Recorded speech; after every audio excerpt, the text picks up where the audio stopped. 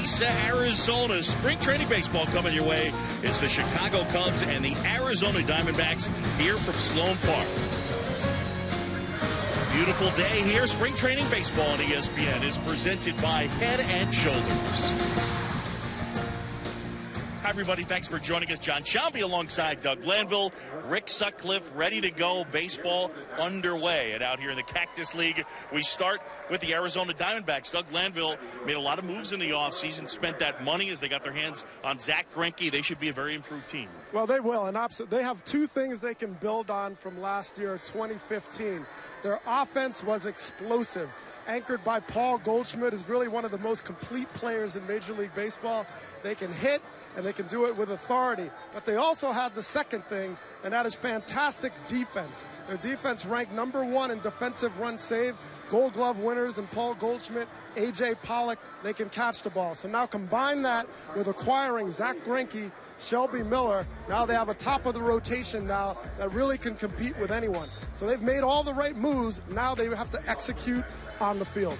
Today we'll be getting a look at top right-handed throwing prospect Archie Bradley. Meanwhile, on the other side, talk about a group that's loaded with prospects and big league talent. The Chicago Cubs, right now, you'd have to say that they're the favorite in the National League. No question about that, Boog. There's a lot of excitement around this ball club because these Cub fans know what Theo Epstein did with the Boston Red Sox. They know what Joe Madden did with the Tampa Bay Rays. They're hoping the same thing can happen here. Dougie, you and I were a part of a Cubs team that got to the National League Championship Series as they did a year ago. The difference was our teams the following year did not go out and improve themselves. The Cubs have done that. They bring in John Lackey, two-time World Series champion. They bring in Ben Zobrist, who won the World Series a year ago with Kansas City, and superstar Jason Hayward. To me, that's the difference between our teams and this team. Pretty close to their everyday lineup out there today for the Cubs, with the exception of Montero and Zobrist. It'll be Bradley starting for Arizona. Jason Hamill gets the start for the Chicago Cubs. We'll have the first pitch, Cactus League Baseball, coming your way next.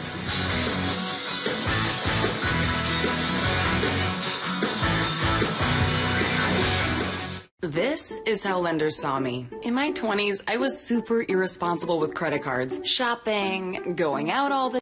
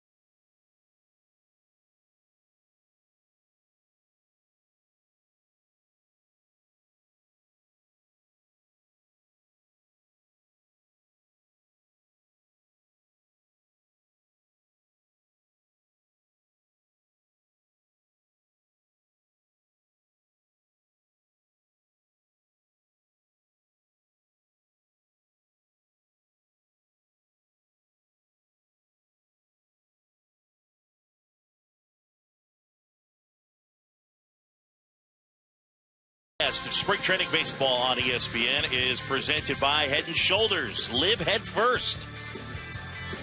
And in part by Dodge. So happy St. Patty's Day, everybody. And here in Mesa, Arizona on St. Patrick's Day, spring training baseball, the Cubs and the Diamondbacks should be two of the better teams in the National League this year. And the Diamondbacks were in the St. Patty's Day green chip hail, his second season as the Diamondbacks manager. They won 79 games a season ago and hope to contend with the Giants and as well the Dodgers in that National League West. Check out the lineup he's put together for the day. Run scoring was not an issue last year for Arizona. Second in the NL in runs per game. Only the Rockies scored more. Segura and Brito at the top of the lineup, but that guy in the third spot, one of the best hitters in baseball, one of the best players in baseball, Paul Goldschmidt, and as well outstanding defensively. Out right field, David Peralta. He finished in the top 6 in the National League in OPS. So they got some pop in that lineup. You see Drury getting to start, Ricky Weeks as well getting to start, and they will go up against Jason Hamill.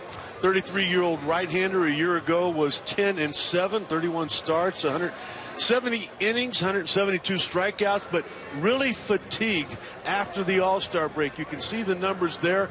He is a different guy. He has a different delivery. He closes his shoulder a little bit more to begin with. He wants to use that lower half more because that's what he focused on all winter long, was getting bigger and stronger to try to eliminate that fatigue. So Hamill and the Cubs here today at home, and their second-year skipper, Joe Madden. What a year it was a season ago, and he embraced all of the challenges. They've got a ton of talent. He was the manager of the year in the National League, 97 wins. Amazing. That was only good for third place in the National League Central. They got all the way to the championship series, swept by the New York Mets and those big-time arms, those starting pitchers. But Chris Bryant and the Cubs this year, expectations are very high. What a show they put on a year ago, winning the last 8 games of the regular season. They tried to run down the Cardinals and the Pirates. They couldn't do that, so they had to go up against Pittsburgh in Pittsburgh in that wild card game. Of course, Jake Arrieta threw the shutout, getting them into the division series. They beat the Cardinals there, so, you know, they beat the 2 best record teams during the regular season in baseball. They ran into a buzzsaw in those New York Mets in the championship series. The reason they went out and acquired players. And of course, on our broadcast every Wednesday, we try and find out where is Doug Glenville. There he is. Yes, stand up, say hi. There we are. Uh-huh. See me? Doug, right. yeah, we see you. Yeah, I'm in a little stealth mode right here. Chris Bryant was sitting on my back, basically. There's like 80 guys in the dugout here. So in the corner, hooking it up. That one knocked down at third by Bryant. It'll trickle into foul ground, and Segura staying red hot. Gene Segura coming in, hitting .583. They acquired him in the offseason from the Brewers. I tell you what, Dougie, he's a different guy. I mean, they have told him the reason he's not hit for any kind of an average the last couple of years has been because he's eliminated half of the field. He was not pulling the baseball at all. He's tried to do that this spring, and once again, he's awarded with a base hit. So Segura aggressive early on, and now Hamill will operate out of the stretch and face Socrates Brito. Well, this Diamondback team is all about pressure, and you know they can do it in so many different ways.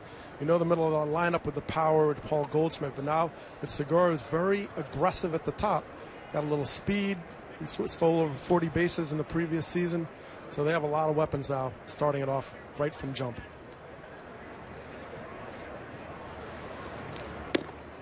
And Hamill pumps in a strike to Brito. For the Cubs last year, shutting down the running game was a real problem. Only the Pirates allowed more stolen bases in the majors than the Cubs did.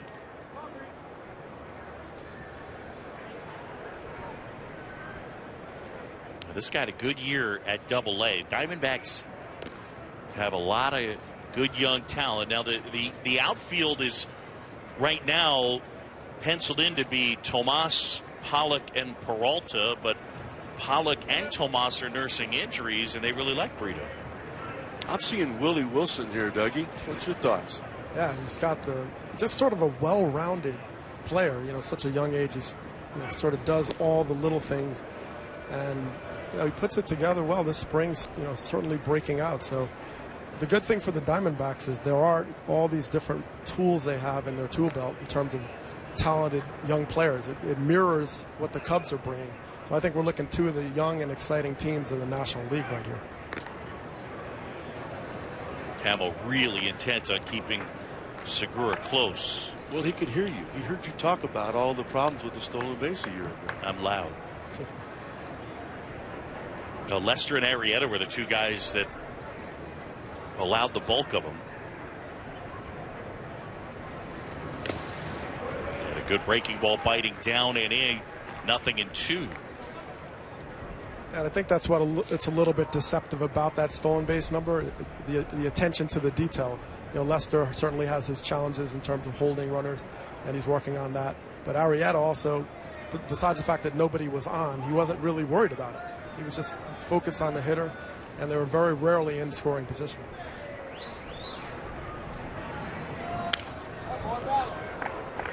So you were mentioning Jason Hamill and the struggles in the second half. It's really been that way for 2 years. He acknowledged as much and went in the offseason and worked with Tom House, and you talked about that hip rotation, but also really getting his legs and his core in better shape. Yeah, he talks about, and he's proud of it. He said, it feels good. I feel stronger, and I feel like I can use more of my lower half now to take pressure off the upper half.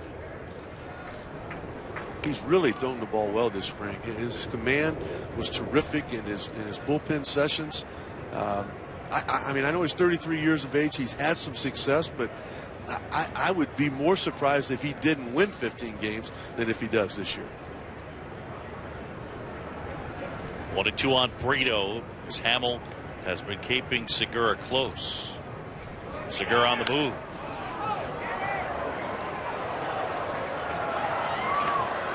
And Gene Segura locates that one, and he'll trot back to first. Well, that's partly why they always talk about looking in when you're stealing bases. Certainly the visibility is a little challenging right now with the shadows, but when you look in, you're not setting yourself up to get fooled or decoyed or anything that can happen from the middle infield. So when you're running, certainly with 2 strikes, you got to peek in just to make sure, so you know exactly what's happening to the baseball. And another throw over.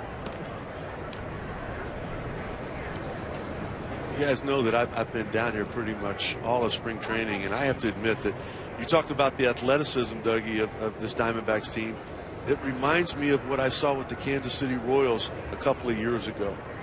Running the bases and playing defense.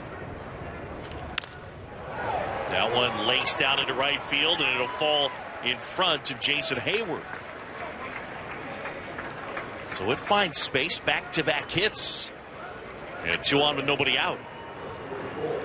Really a nice at bat there on the part of Brito, who continues to be hot in this spring. But once again, those things that there's really not a statistic for a whole lot of times. If that's not Jason Hayward out there, right off the bat, Segura got a good read. He was thinking, I've got to get to third base on this ball. And all of a sudden you look out there and you see the Gold Glove Award winner, arguably the best right fielder in all of baseball, and he saves you 90 feet. And now here's Goldschmidt.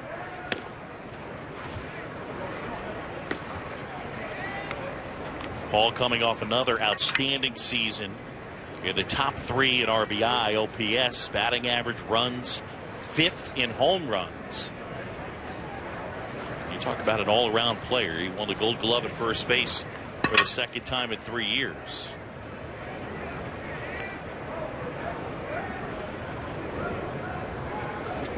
Just researching about Paul Goldschmidt, I was trying to find some angle where he wasn't one of the best in baseball, and it's really hard to find. I mean, he's a fantastic base stealer. He's a great base runner.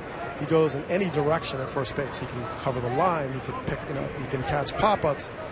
Every single facet of the game, and then you go through his numbers, and he's in top 3 of all the key offensive statistics. So this is, a guy that deserves a lot more attention. Yeah, the question, who's the best player in baseball? He's kind of the sneak attack candidate. And offensively, I mean, he falls into a category with I mean, upper echelon type guys. You're talking about Trout or Harper or Cabrera. Paul Goldschmidt, all at 28 years old. Right there. Snap throw, safe at first, and Segura takes off, and he finds himself on third base. Now, you know, this makes me very excited. Right out of the gate, we're grabbing 90, finding a way to advance 90 feet without even the ball being put in play. Look at the read. He sees the throw. He knows you have a left-handed first baseman coming across his body. It's going to be a little tricky. He's focusing on the tag. There's no way with that contact he's going to be able to go across the diamond. So a great read by Segura. So Segura with the steal. Arizona second in the majors last year in stolen bases. That breaking ball drops in for a strike.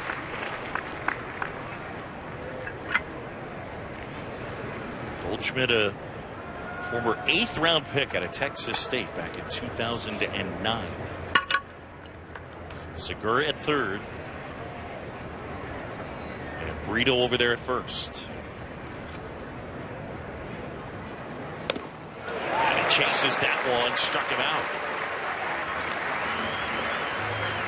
What, Jason Hamill really emptied the bag right there in that at bat with Paul Goldschmidt. He felt like he had to. This is a changeup. It's an outstanding changeup on the outer half of the plate. He saw some velocity. He saw the slider. He saw a curveball that he took for the second strike there, and then completely fooled, which rarely happens to one of the best players in the game. So one down, runners at the corners, just getting started. John Chumby, Rick Sutcliffe, and Doug Glanville out of here in Mesa, Arizona, spring training baseball. And happy St. Patrick's Day. Peralta rips this one center field. Fowler back, he's there, and makes the grab. Segura will tag from third, and Arizona gets the scoring started. 1-0 Diamondbacks. Yeah, and that's a case you have to point to Gene Segura doing his job as the leadoff man, finding ways to advance to grab that extra 90 feet. And if he doesn't advance aggressively on that play, the Diamondbacks don't have this run. So, that's manufacturing runs. And this is something I believe this team will do well all season long. So 2 down and a man at first, and Arizona out to the lead. Packed house here, and this place has been full. Rick Sutcliffe, close to 15,000 pretty much every game. I was told that the first day that spring training tickets went on sale, they were completely sold out here at home, that being the Cubs.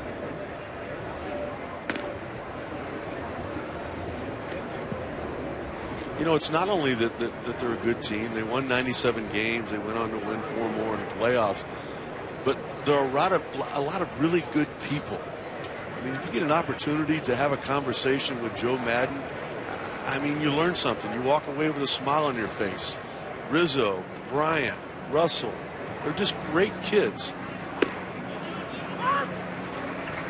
And I think that, as much as anything, is what these Cub fans have fed off of. It's going to be rocking at Wrigley this year, Dougie. Oh, man. And I caught up to Dexter Fowler before the game. I said, well, what brought you back here? Give me 2 reasons. He said, 1, this great chance to win, and 2, the people. He just highlighted that. That's just how much he valued the relationship and how the staff works and these teammates. I was talking with him and Jason Hayward during the stretch earlier today, and Jason Hayward told Dexter Fowler, when they were both free agents, didn't have any idea where they were going, he says, something tells me we're going to be playing together. And it would not have happened had it not been for Dexter Fowler deciding, hey, you know what, being happy and winning is more important than more years and more money. That was involved in a negotiation and a deal with the Orioles for more loot.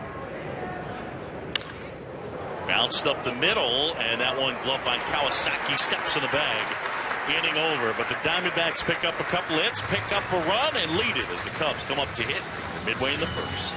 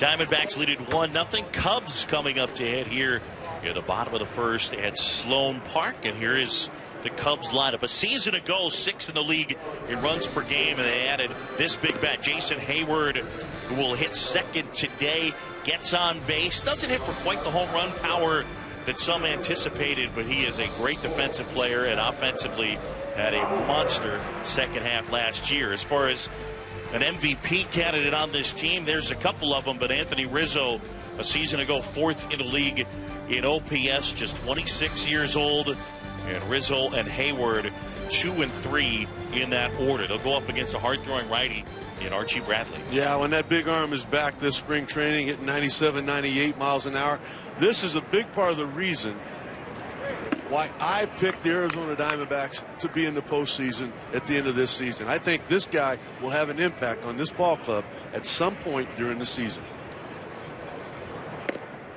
Right now, probably looking in from the outside in terms of the starting rotation, Archie Bradley. Well, Dave Stewart told both of us that right before the ball game. Of course, the general manager of the Diamondbacks, that it's Robbie Ray's job as of right now. He'd have to fall on his face not to be that guy when the season begins. But this guy is knocking on that door as loud as he possibly can. There's Dexter Fowler, the 2-1. And that finds the mark. Fowler had a solid year last year, especially in the second half. Switch hitter, a better hitter right-handed in his career. But if you're looking for a guy that's going to get on base, and in 2014, leadoff on base was a problem for the Cubs. Last year, it was not. Fowler, 346, his OBP. And in the second half, it was 389. That was ripped right field. And that's going to be towards the corner, and Fowler heading for extra bases. Peralta to pick it up. Fowler towards third. Here's the throw. Look out! Into the stands. And he gets home, and we're tied at 1. So it'll go as a triple and an error, and the fans adorned in green, loving it. Well, Dougie, I know you heard it in that dugout. I've been in that dugout all spring, and when Dexter Fowler goes up to the batter's box, the one thing he hears is that as you go, we go. And boy, did he go. Turning on that inside fastball, Bradley left it out over the plate, and then I'll let you take it from here, Dougie. Well, not only did I hear it in the dugout, I almost got hit by the ball. So this is a rocket throw, but there's so much pressure with speed, and Fowler never hesitated. He came out of the gate going and forcing Segura to make the throw, and he was out of position where he could not get on behind the ball, and it sailed on him right into the stands. So it'll go triple and then E4. Segura misclubbing and airmailing to green there. Yeah, remember Segura, played primarily in shortstop. He's making his own adjustments this spring, getting back into more of a second base mode. We've seen this a lot. Addison Russell, there's plenty of examples. So position change, making adjustment to angles, everything is going to take time, but I'm pretty confident in his ability to make those adjustments.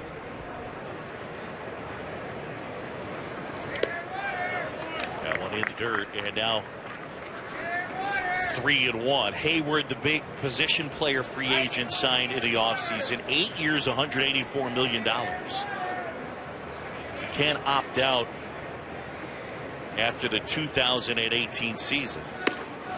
Lays off there, takes the walk, and that's one of the things he does so well, a disciplined approach at the dish.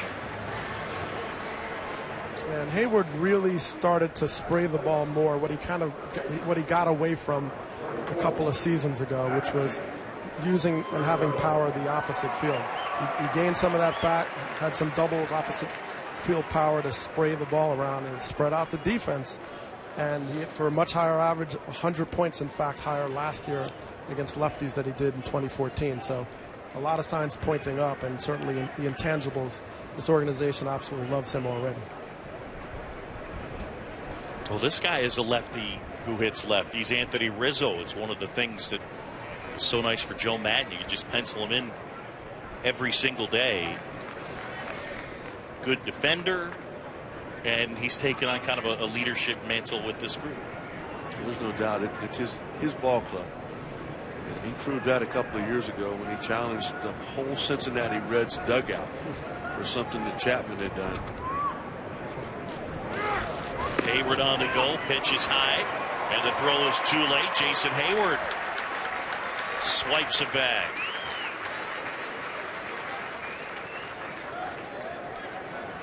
So the Cubs showing off their speed. All right, you mentioned that what happened a couple of years ago is July 2014. He was hit by a pitch earlier in the game. Chapman threw over Nate Scherholtz a couple of times, and Rizzo didn't like it. And then eventually the dugouts started barking at one another, and Rizzo had to be restrained. Well, I had a couple of coaches tell me that they were yelling at Rizzo that, all right, it's going to be you next time, we're going to get you. And Rizzo said, if you're going to get me right now.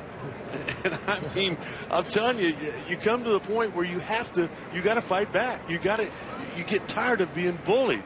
And yeah, they weren't a good team. They were struggling. But that doesn't mean that you have to swallow your pride in something like that. That was a huge moment.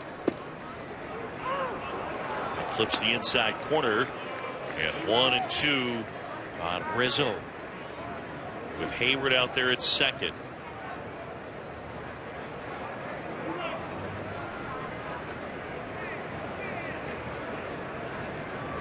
Look at all those bugs out there. Oh, yeah. It's snowing.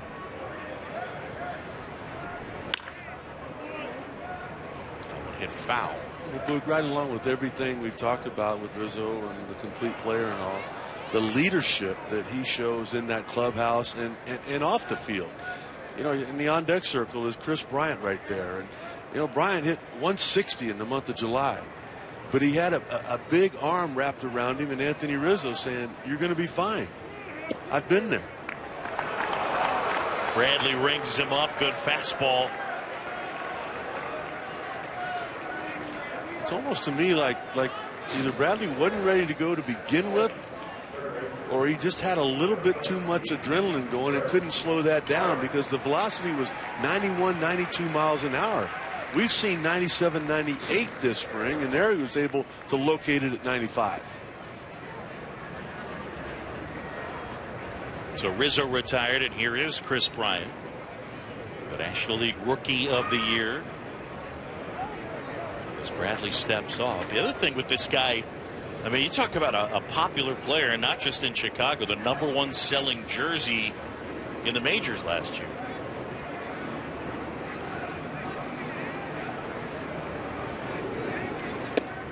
This is Cal Ripken Jr. to me.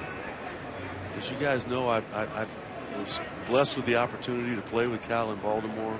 The way this guy goes about his job, how important his family is to him. His dad played minor league baseball with the Red Sox, Mike. A lot of the same things that Cal had in his life growing up, I think have created the wonderful young man that the Cubs are blessed to have right now.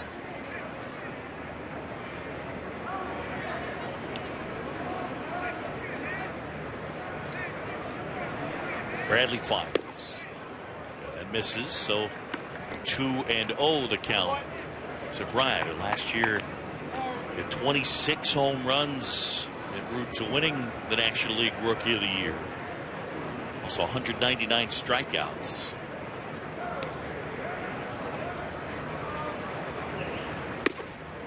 Went upstairs at 94, and he couldn't catch up.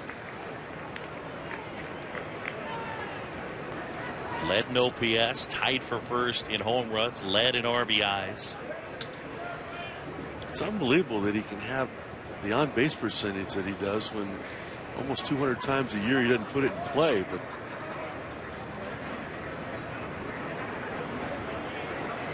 yeah, he takes his walks, no question. Hit hard, fair ball down the line and past Drury. Hayward around third and to score, and Bryant an RBI double. And the Cubs jump out to a 2-1 lead. Well, the thing about Brian that he can do so well is when his extension, when he gets those arms out there, especially pitches away, he can hook it with the best of them. So now you look at the third baseman anticipating up the middle. Tries to dive on that backhand side and cannot get it. But Bryant just has this discipline. You have a young hitter, great sense of the zone. Yes, he's going to strike out, but he also understands situational hitting very well. And no greater numbers show what he was able to do in August and September. The time of year as a rookie, September, when you're slowing down, getting tired. He actually ratcheted it up at 316 in September. So all season long, small adjustments. And I think the strikeout totals will go down over time with him as he just sort of learns how people are approaching him. See that clock right there, new rule instituted. Mound visits as Mike Butcher went out there. It is herded back by Chris Guccione, the plate umpire. Mound visits limited to 30 seconds. Well, the key is that if you've got a lot of things you want to talk about, you need to run out there. If you're just going to be short, then you can walk. But they're going to keep an eye on that too. All the teams have been told.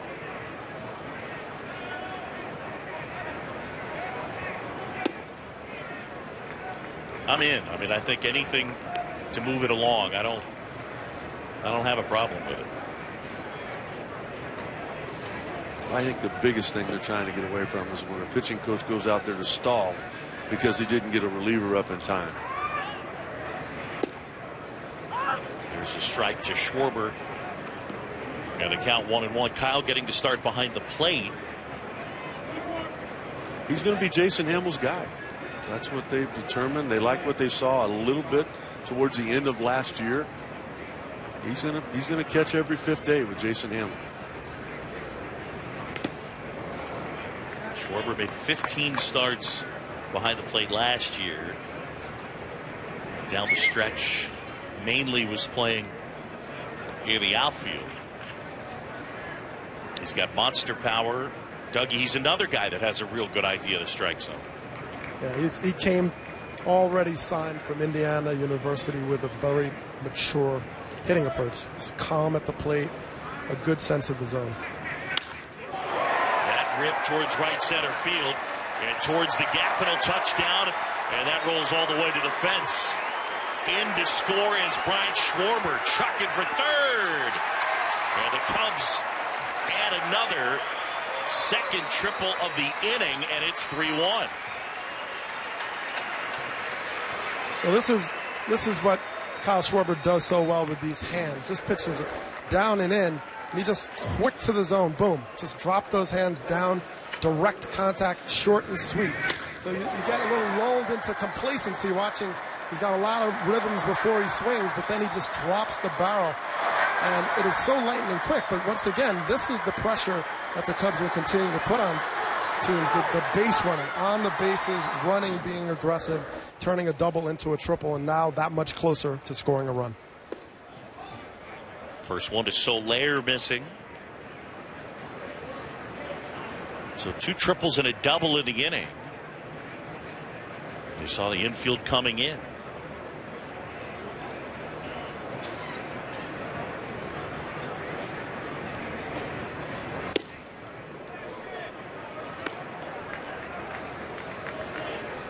Cubs last year were really healthy. The one guy that struggled with some injuries is this guy at the plate, Jorge Soler.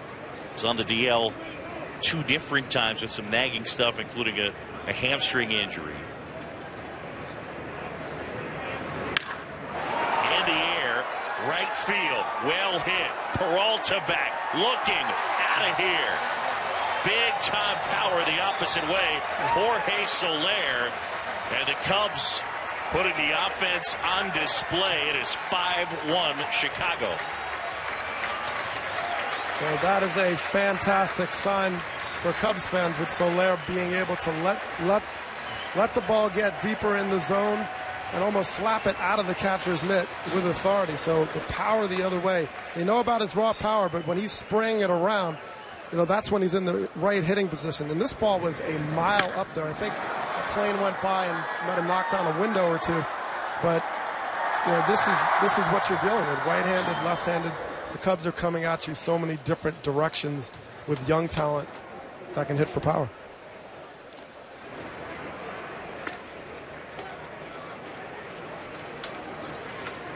Okay, now it's Addison Russell. So the Cubs jumping on Archie Bradley early. Soler's a guy with with big-time power. But, fellas, directed to you first, Sud. In spring training in Arizona, the ball jumps, doesn't it? I mean, sometimes it's hard to get an idea about how poorly a pitcher may be pitching or even how well a hitter is hitting, right? No question about that. I mean, there's times, and there will be in the month of April, where the wind's blowing in at Wrigley. That's a routine fly ball.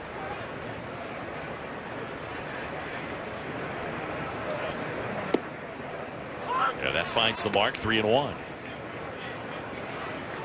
Yeah, I mean, you know, the Pacific Coast League, the AAA League has that challenge too. The numbers sometimes seem inflated, fast infield, ball jumping. The confidence is very important, and you feel good when you hit a home run. Ahmed collects and unloads in a hurry, and that's the second out of the inning. I got to tell you guys, as I look at this inning, and you talk about the homers, the doubles, you talk about the base running, when you go back to what happened when they got swept by the Mets in the National League Championship Series, they got overpowered with velocity with that starting rotation. You've got velocity here right now. Why did they add Zobrist and Jason Hayward? I really think you saw it in Hayward's at bat. You saw the patience. He worked the walk. The next thing you know, he steals second base. It's that athleticism. You know what? If you're not going to be able to score a lot of runs, you got to manufacture runs, and that's why they targeted those two guys to add. Yes, I think just to balance off, because look, the strikeout totals are off the charts last year, and that's part of, you know, young players, part of just sort of a culture where the guys are throwing so hard, and they wanted to spread it out a little bit and get some contact into that mix. And Zobrist brings that, Hayward, the calm. And, you know, some of the young guys will pick up on that. And no question that will make a difference. The more they put in play, they can do some more damage with that talent and speed.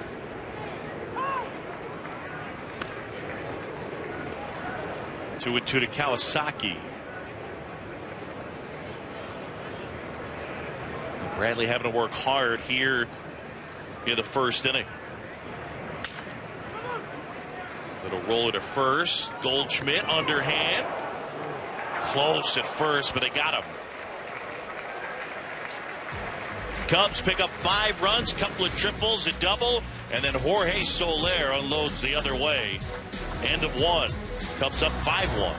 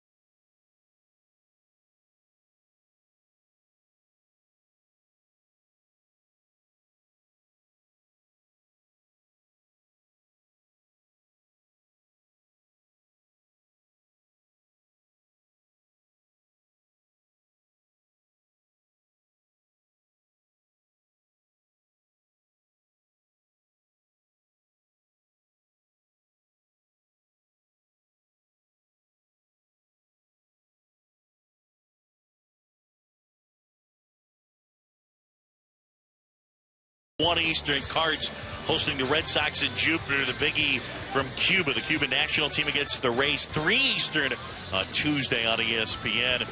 Giants will take on the Cubs March 24th. The next day, Mets and Cards, and then March 28th, the Orioles and the Red Sox. Doug Glanville, you'll be headed to Cuba for that matchup between the Rays and the Cuban national team. Yes, I will. You know, Eduardo Perez and Pedro Gomez and a whole slew, Carl Ravitch. So we're excited about it. I mean, certainly it's so much that's at stake, and you know, baseball trying to be in the sort of role of diplomacy, and you know, I'm curious how this is going to play, and obviously there's a lot of great talent there. That's a good move by our bosses to send Dougie over there, because he can work on the games and the diplomacy if needed. Indeed. Well, Dougie speaks Spanish. Sí puedo. And yeah, it's a lot of things slowly changing, and we'll see. Obviously, there's plenty of social questions and the excitement of baseball coming together. So it's a lot of unexpected. 1-2 to Ricky Weeks. It'll be Weeks and the catcher Brett Hayes, and then the pitcher Archie Bradley spot scheduled. Weeks getting the start in left field. Of course, a former second baseman with the Brewers. Last year was with the Mariners. I've always been a big fan from afar of Ricky Weeks. I don't know a lot about him. I know he's been banged up a little bit, but just always seemed to be a gamer. Hamill picks up his second strikeout. Saw this same breaking ball in the top of the first inning when we had Paul Goldschmidt up there. Got the little tight slider, which he can throw for a strike when he's behind in the count, and more times than not, when he needs a strikeout, it's going to be that curveball. Mainly a two-seam fastball guy, not going to, you know, get much above 92, 93 miles an hour. But his command has just been outstanding from the first day that he got here to Mesa. And so now Brett Hayes. There's a strike. They're talking about Hamill. Hamill last year, a 3.74 ERA, and we talked about the splits, much better in the first half, but still 9.1 Ks per 9. That's the highest rate of his career. And one of the subtleties that took place last year, as the year went on, throwing the slider with more velocity, whether it was by design or not. But he certainly has a teammate in Jake Arrieta that's got a put-away slider. That one laced into right, and a base hit as Hayward collects it. The Cubs a season ago third in the league in total ERA, third in starters ERA, and this is how it lines up. Arrieta and Lester the front two, then Lackey, who they signed as a free agent, Hendricks and Hamill. How good's this rotation? It's one of the best in all of baseball. It starts with what was the best pitcher in the National League a year ago with Jake Arrieta. Nothing's changed there. John Lester's a guy that that 3.34 is deceptive, because a lot of that came from the stolen bases. And he has worked so hard on that this spring training. In fact, just a couple of days ago, they had him in a simulated game where they started the inning with a man on first. Picked him off, put him back on first, forcing him to throw the bases and do a lot of good things came out of that. So, I mean, that 3.34 could have been like a 2.6 if you could just cut those stolen bases in half. And I think that's what they're going to be able to do. The big arm for me this spring, Trevor Cahill. The guy that the Diamondbacks released at the end of spring training last year. Atlanta, the Dodgers, I mean, just couldn't put it together. He just said, I was inconsistent with everything I did. I mean, this is just a notch below Arrieta with what we've seen this spring training.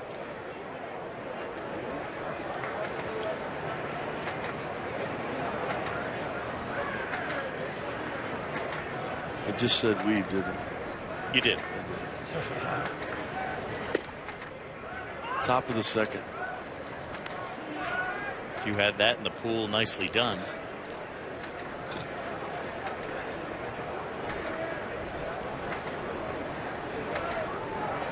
Well, we have the pitcher hitting eighth. It's a page out of Tony La Russa, Joe Madden book here. Tony La Russa about, what, 3 feet away from us? I know it.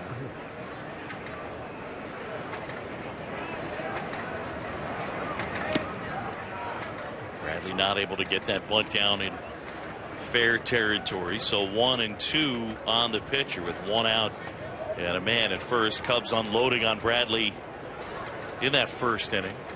You know, Joe Maddon was explaining at length this year why he, being a National League manager last year, has gone to a lot of the times that pitcher hitting 8 is that he wants to protect a position player. A guy like Addison Russell, he doesn't want Addison Russell hitting in front of the pitcher. And I got a feeling that's exactly what Chip Hale's doing now with Nick Ahmed. He's wanting to free him up, wanting him to have an everyday player behind him, because when that pitcher's behind you, you're always trying to figure out what's the opposing pitcher going to do. Is he going to challenge me? Is he going to pitch around me? What's going on here? And that just puts a lot of pressure on a young player to perform, and it doesn't give him an opportunity to succeed. Tony Russo was really one of the first guys I know that did it, explained it, and had a lot of success with it. You're protecting the hitter right now. He doesn't have to think about anything other than developing. Well, Nick Ahmed, who is so brilliant with the glove, one of the top defensive shortstops in the game.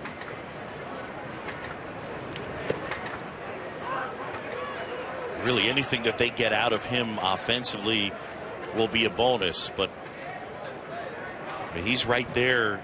A season ago, some elite defensive shortstops in the NL with Andrelton Simmons, who's moved on to the Angels, and of course Brandon Crawford. But this guy doesn't take a back seat to many.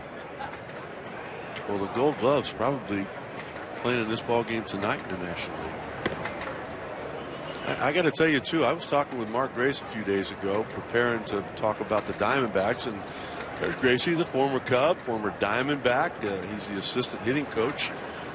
Dave Magadan is the head hitting coach now for Chip Hale. He was telling me that Ahmed is as good as any he's ever seen. And a lot of Mark Grace's career was played in the same division as Ozzie Smith. I reminded him of that. He said, I stand by what I'm telling you.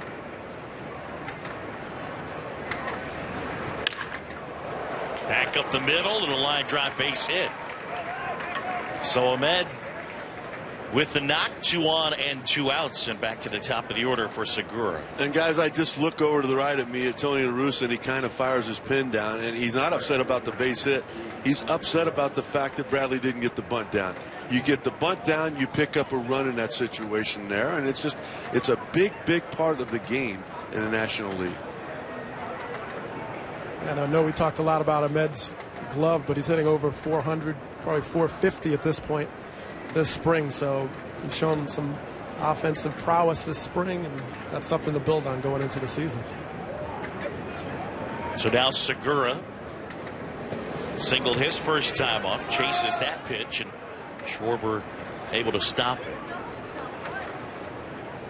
This is a totally different guy than what the Milwaukee Brewers had. This guy never tried to pull the baseball. We saw what he did in his first at bat, how he hit the ground ball past Chris Bryant at third base, and there he's trying to leave the ballpark right there. That's a different element that they're trying to add to him offensively.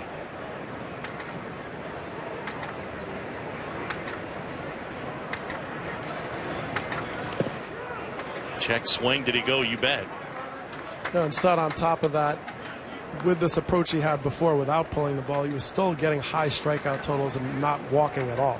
He's very aggressive, 13 walks, 93 strikeouts. So, you know, if you're going to be aggressive, you got to still keep your strength. And, you know, he has the ability to pull the ball. And, you know, he may find that stroke again where he can spray it around and then really thin out the defense. That one popped out of play. Yeah, Segura, an all-star in 2013, had a monster first half. But since that all-star appearance in 2013, the OBP 280. So you're talking about a guy that struggled to get on base, and it would at least seem to be ill-suited to hit in this spot in the order.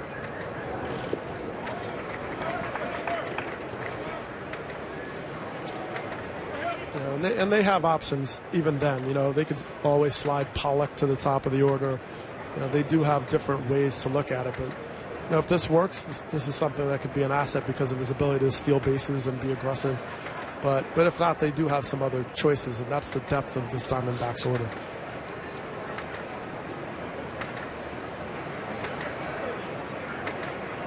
Hamill ready, and now the 1-2.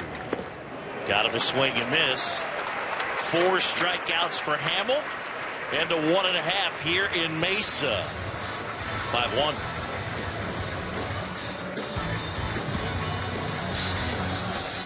This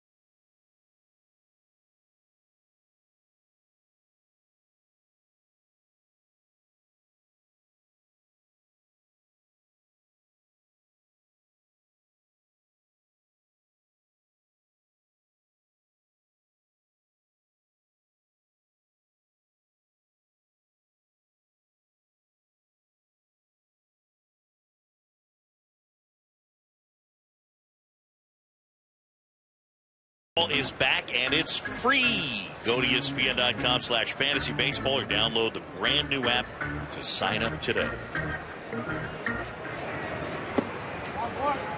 First offering to Hamill, missing the mark, ball 1. I know Aaron. What's Aaron Boone? What's the name of his team? The Hum Babies? Hum Babies, yeah. The old Roger Craig slogan that he had for the Giants. Booney was here today wearing some obnoxious fluorescent shoes and a matching hat, I think. Said he was just trying to blend. Yeah. I think sneaking in on our crew dinner last night. Yeah, he's everywhere. Yeah, the shoes were that color right there. Nothing gets past Jimmy Flatt. Yes. And there was a little bit of that on his jacket, yeah, and on the side of his hat too. I know. Right?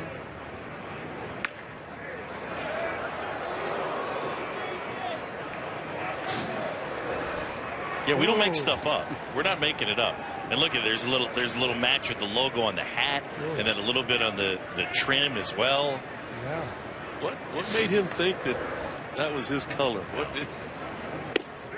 I think he burned the retina out of the entire first base stands there. Whoever was sitting close. Took out their eye. You're just sort of picturing him standing in front of a door-length mirror and like pointing at it and saying, "Yes, you." And both of you know he's listening right now. Oh my gosh. You know he is. First broadcast of the year, first opportunity to fire shots. Booney's very excited about the Diamondbacks, though. He's trying to figure out where he wants to put them in his. Do we have his predictions? I don't know, but he's feeling good about them. Very excited. There's a good breaking ball that drops in for a strike. 1-1 to Fowler, tripled and scored on the throwing error by Segura in that 5-run first inning. Now, Arizona last year 9th in the league in overall ERA, 11th for their starters, 8th for their bullpen, but they put a lot of pressure on their bullpen. Last year, Chip Hale, his bullpen threw the most innings in the majors, even more than Kansas City. And so they went out and made some moves, get their hands on Greinke and Miller, and they're hoping that'll change this season. Well, this is a pretty typical Fowler at bat. He's extended it to 3-2. 1 out, bases empty. Right side, Goldschmidt shows the range. Bradley gets over. There's 2 down. So let's take a look at this Diamondbacks projected rotation. Bradley would be the 6th guy in back of Ray, but you got Greinke, Miller, and Corbin as the front 3, and then De La Rosa and Ray. What are your thoughts on this group? If I had to pick somebody in that group who's going to lead that staff in wins, I go with Patrick Corbin. He is completely back to where he was in 2013 when he was an all-star, and he also has a terrific defensive team behind him. Doug Glanville touched on it in the open. Even losing Inciarte to the Braves, who is elite defensively, this will be a really good defensive team.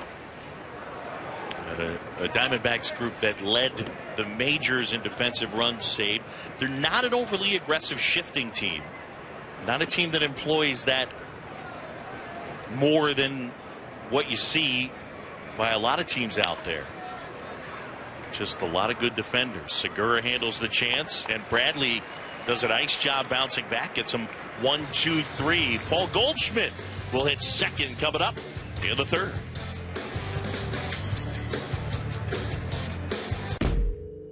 This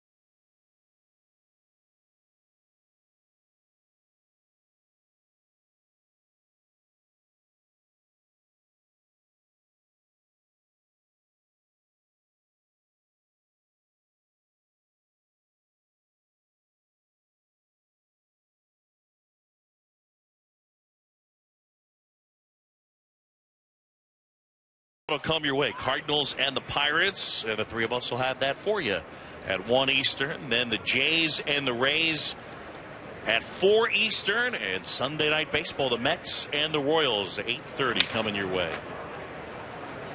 3 Sunday affairs. Yeah, that was a sneaky, tough play for Russell. We saw him in pregame working on these short hops and quick hops, and he looks really comfortable. And that is a tough hop because you have a guy with speed. He broke his bat and he kind of is in between, but he kind of still stayed in front and quick release, knowing who the runner is. So watching Russell develop, and now in his homeland now of shortstop, this is where he's going to take off. And Brito can scoot, no question about it. Here's Goldschmidt.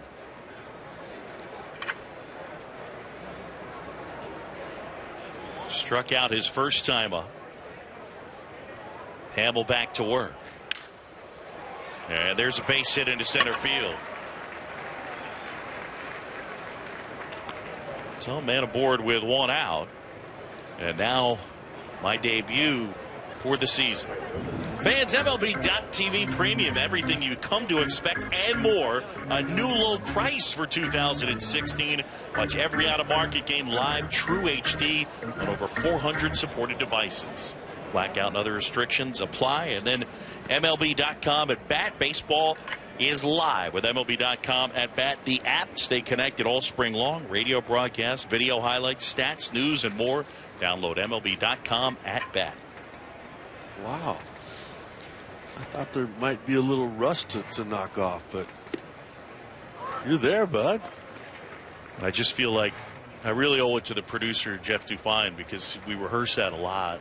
And you didn't even look at the cards when they asked you if you wanted to see them before. Get that away from me. I say it in my sleep.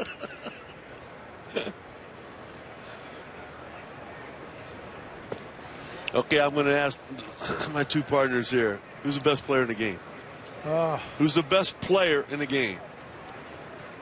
All right, I'll go first. Yeah, do it. He's standing on the first base bag right now okay. for me. Dougie? Well, I'm going to say Mike Trout. But what I'm very happy about is Goldschmidt getting his due. And I've talked about him the last 4 years.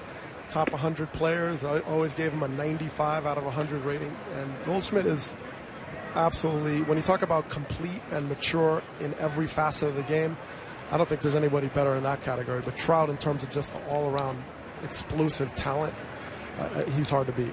Boop.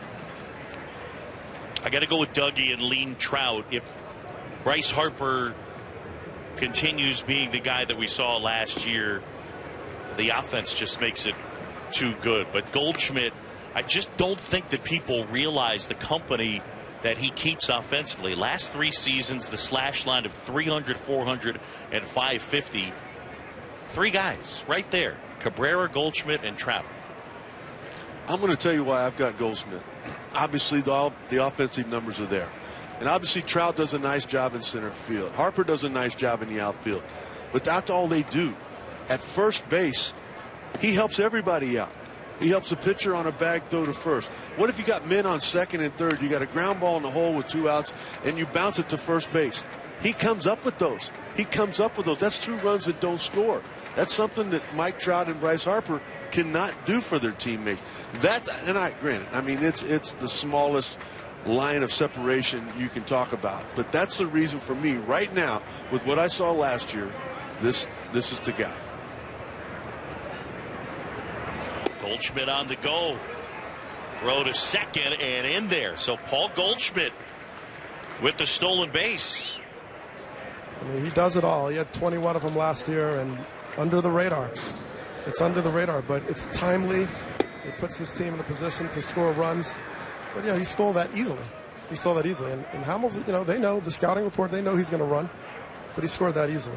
He stole that base. And, he's been doing this. And he's a low-key guy. And sometimes, you talk about Harper, Bryce Harper talking more about having more flair as young players. But he gets the job done. But when you talk to anybody who plays against Paul Goldschmidt, they know this is one of the best players of this era. And he keeps this pace up. He's going to be in the Hall of Fame easily.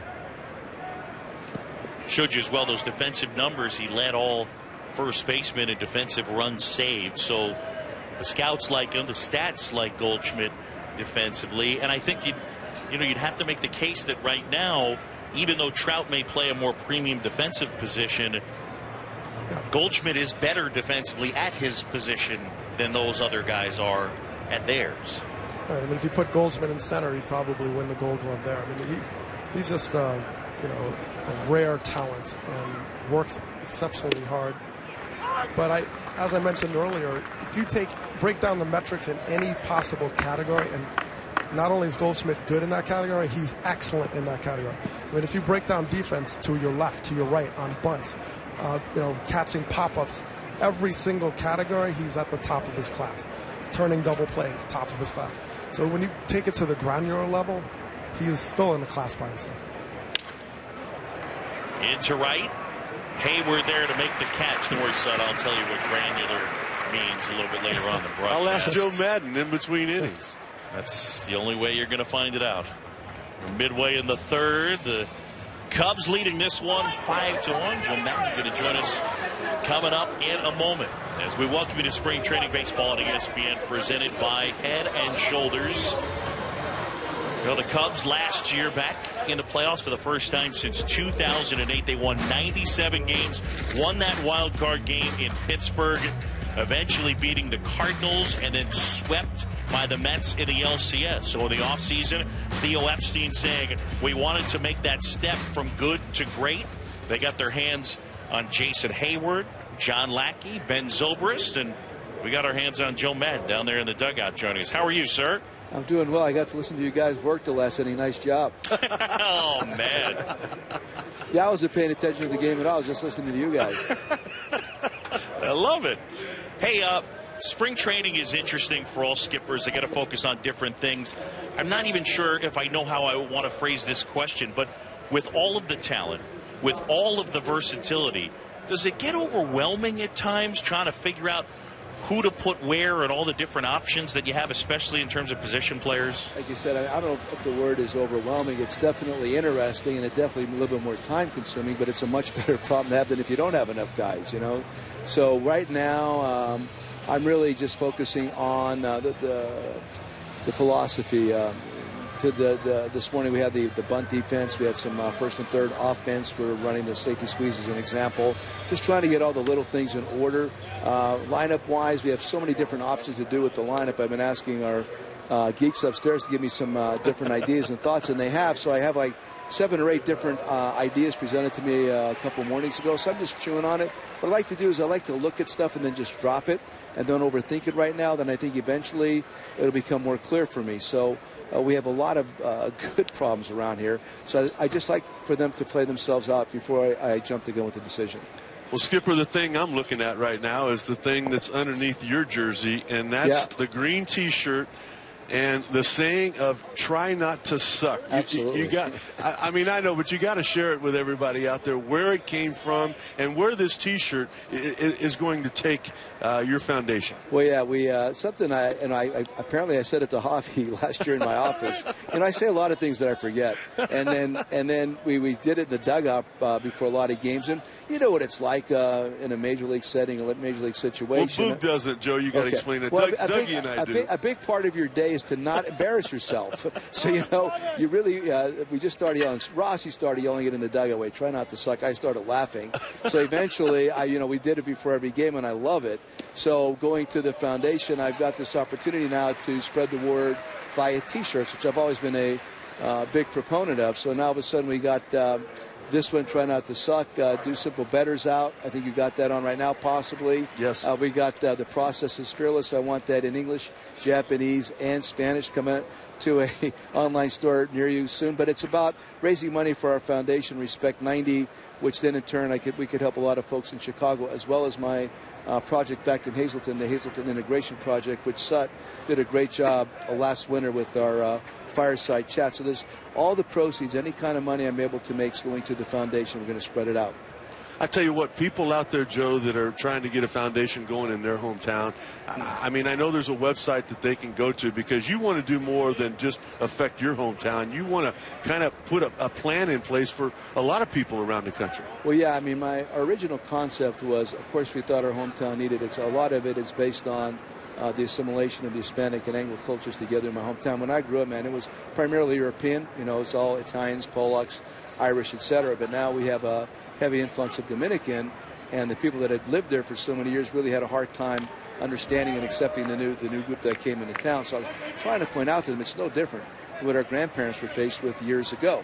Okay, so we're going to try to nail it down in Hazleton, and then hopefully help the surrounding areas, the periphery. There's a lot of that kind of conflict in the little hamlets throughout northeastern Pennsylvania, and we thought eventually we might be able to serve as a model for the rest of the country. We're doing really well. We're doing really well. We have a lot of people partnering with us. The Rickman Foundation's been awesome. Amazon, Cargill Meatpacking, Giant Food Markets. There's a whole group of people. Penn State University, Temple. It's going really well, but we need more money to keep the doors open.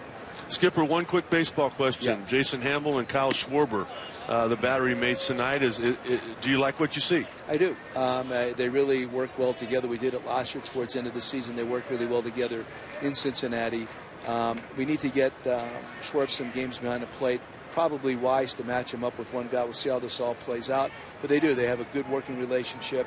They're kind of thinking on the same page all the time. And I think it's something that can work out for the entire season.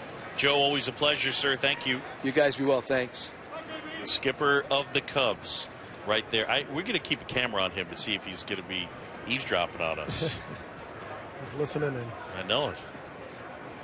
2-2 now on Bryant with a man at first. Rizzo on the go, and Bryant chases for the strikeout. But a stolen base there for Anthony Rizzo. Rizzo's another guy who, despite not having blazing speed, good base runner, and can sneaky get you some stolen bases. You know, he's got a green light, and I'll tell you one thing, his workout changed over the winter as far as not getting bigger and stronger, but getting more flexible with some yoga that he was doing. And Dougie, you can speak to this better than me, but I think being a right-handed hitter there, Chris Bryant, I think he saw Rizzo take off, and I think it might have taken him off the baseball a little bit. Yeah, I mean, and he picked a great pitch. You know, certainly 2 strikes, but you know, Rizzo, he didn't look in initially, so he ended up sliding, and that's one of those times the ball could get away on those ricochets with balls in the dirt, and you might end up at third base. So once again, spring training, you're kind of figuring these things out, getting the timing, and as a hitter, making those adjustments if a guy's going and still sort of maintaining your concentration. Schwarber legged out a triple, an absolute bullet his first time.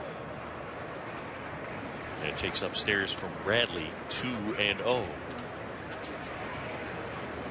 You saw him kind of looking at home plate umpire Chris Guccione as if say, I never even saw that ball. There is a shadow problem right now. That shadow, the shade has not gotten past second base yet.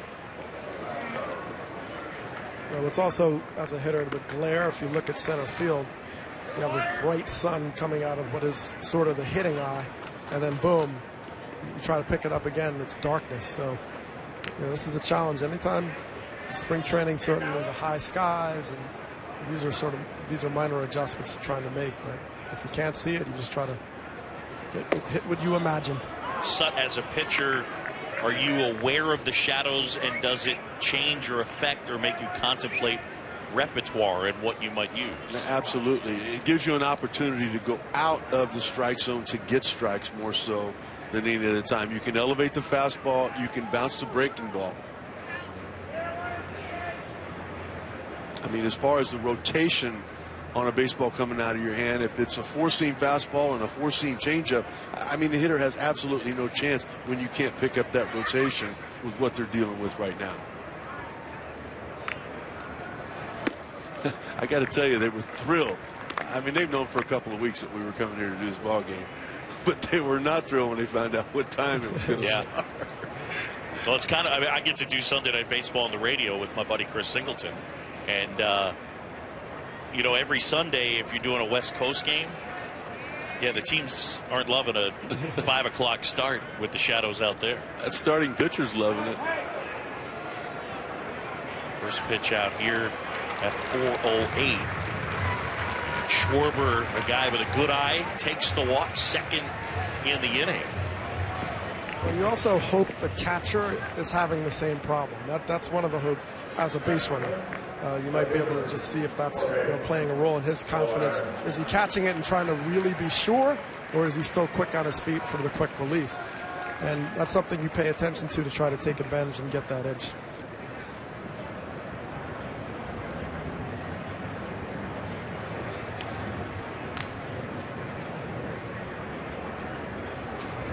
So Lara, 2-run homer the other way, his first time up. Rizzo might be thinking about getting closer to you, Dougie. You got the right-hander in the box now. You've got one out. Yeah. This is the time to do it.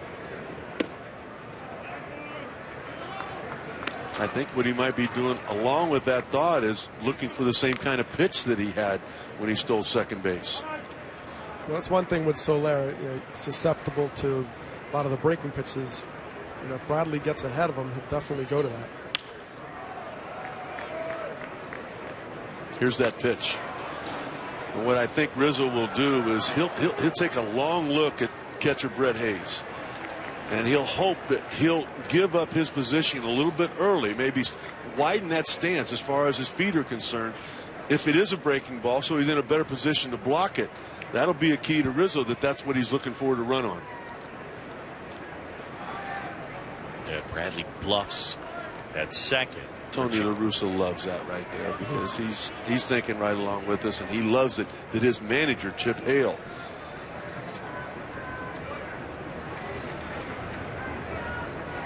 He's just watching Hayes right now. He's just taking a look. There's a lot of signs. It's almost like Bradley's got a different ideal. The bullpen is been busy throughout this inning for them. Yeah, nowhere to go. He moved in. Saw Hayes move in right there. You're not going to move in for a front door breaking ball with a 23-year-old pitcher. You just stay right there. You just keep your eyes on him. If he gets to the point now, okay, you've shown him in, maybe you want to spin that breaking ball. This is where Rizzo might be ready to take off if he can get a sign from the catcher. No, back in again. Well, and you feel like you're doing your job as a base runner, even if you're not stealing, you're putting the pressure on to make them think about it, where you're getting Soler fastballs. You're getting him those extra fastballs. Even if it's one out of the entire sequence, that's the difference where Soler could put it in the seats just like he did earlier. So, that's the pressure of base running. The 3-2. Soler able to spoil that one. Bradley, a native of Oklahoma, from Broken Arrow, Oklahoma. Was their first-round pick back in 2011, 7th overall, but he spent the winter out here in Arizona, got himself in a better shape. Last year, a frustrating year dealing with injury. Last year had 3 good starts, and then in his 4th start, Carlos Gonzalez hit him in the face with a line drive. Yikes, look at that. And the next day, he tweeted it. In all seriousness, thanks for the text, tweets, and prayers. Could have been a lot worse. That from Archie Bradley last year. Cargo line went right off his face. That one up the middle. And off of Segura, squirts out into left center. In to score is Rizzo.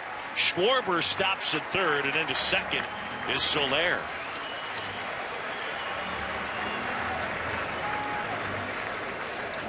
Yeah, and this is, once again, some of the adjustments Segura's going to be continuing to make. A lot of years at shortstop, and maybe a little screen by the pitcher, but wasn't able to get in front of that. And if nothing else, you want to knock it down. You got a runner at second that now can't score. You could hold him to third, so wasn't able to get in front of it. And now that first reaction, but he's getting out of the way, and thinks, and all of a sudden it's through there. So credit the Cubs, though. Nobody hesitated. Soler went from right out of the gate thinking second base. They've scored that a hit, and we got ourselves a pitching change. Cubs leading it here, bottom of the third. It's 6-1.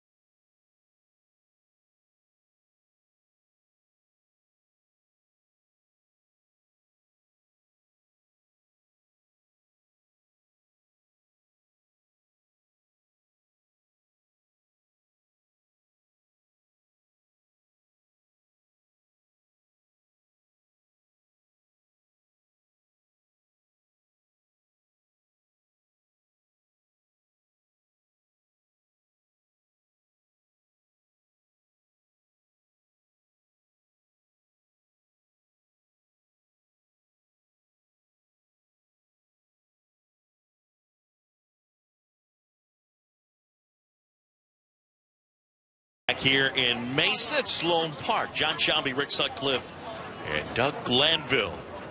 And the Cubs jumping out on the Diamondbacks by the count of 6-1. Joey Kribel, a season ago at Single A, 60 appearances. But there's what jumps out at you: 68 innings, 96 strikeouts for this guy. I also like that 28 walks at that level right there. Don't know a whole lot about him, but I promise you when this inning ends, I'm going to walk right next door to Dave Stewart, and I'll get you fully caught up with the young man. You know, the disappointing part to me for Archie Bradley is the way Segura went about that ground ball. That's got to be made. That's not that tough of a big league play. You turn that double play there. You put up a 0 in the second, a 0 in the third. All right, you got roughed up in the first. You finish strong. You know, you leave feeling good about yourself. But when you don't make a play that should be made, then you have a lot more problems than you should have.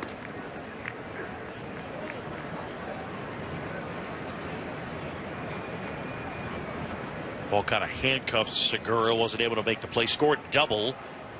And an RBI. Here's Russell, who's grounded out. Addison 0 for 1. Part of this group. I mean, this guy is just 22 years old. And last year was their second baseman. Took over as their everyday shortstop August 7th. And they ended up moving Starlin Castro to the Yankees. Chopped towards short. Ahmed picks it up, and they got the runner in a rundown. And right there, Segura just put the tag on Soler, and they get the out. So they'll be at the corners and 2 down. Yeah, I mean, it's one of those decisions looking in front. And once you make that commitment as a base runner, you see Soler second, ground ball. Now he's in no man's land. So I still like it to go all the way to third just in case. Just make someone throw it. Maybe he trips. Who knows? I still like that. Never to give them an easy tag. Worst case scenario, go to third, whatever. But you know, make him complete the play, because that extra second could be somebody able to go who hit the ball all the way to second base. So. And now Munenori Kawasaki. Ben Zobrist scratched. He's got an ingrown toenail. So Kawasaki starts at second. Zobrist, part of their free agent spending spree, 4 years, $56 million. This guy who's played infield the last few years for the Blue Jays. And he can sing a little bit.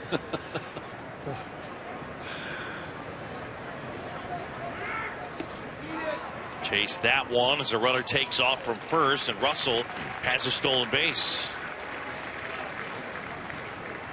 I mean, a team that runs like this, it's stressful. I mean, you could speak to as a pitcher, guys that just consistently run. They're just putting all kind of pressure, forcing you to make decisions. Am I going to throw it? Do I have to peek out of the corner of my eyes if I'm a middle infielder? So that's just an extra distraction. And right now, the way the Cubs are playing, they're putting a lot of heat on the Diamondbacks. Taps softly, left side. Drury up with it, handles the chance, and that is the inning. Cubs, they'll add a run. We head to the fourth. 6-1 Chicago.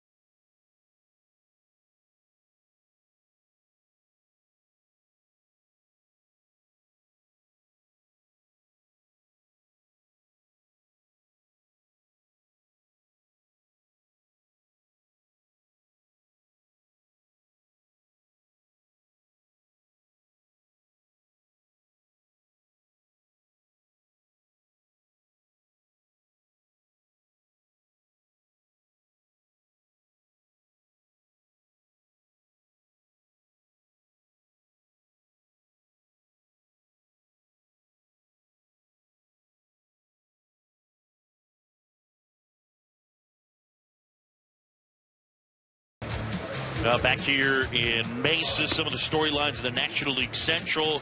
The Cardinals not only losing Hayward and Lackey to the Cubs, but you got Lance Lynn out for the season. No Johnny Peralta. And what's going on with Yadier Molina? We still don't know how that thumb's going to turn out for the season. 3 straight postseason berths for the Pirates. Meanwhile, the Reds, a lot of rookies on the mound for them. Could be a tough year for Craig Counsell and the Milwaukee Brewers, but they do have a lot of good young talent in that minor league system. Orlando Arcia is a guy that eventually should take over for them at shortstop.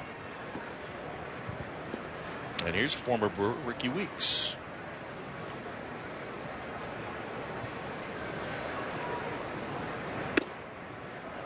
As Hamill pumps in a strike.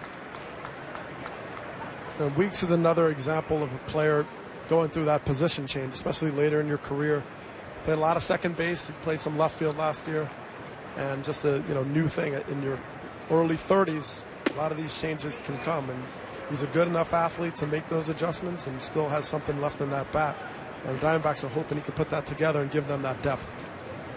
Take a look here, guys, at what Kyle Schwarber's doing with that leg drop.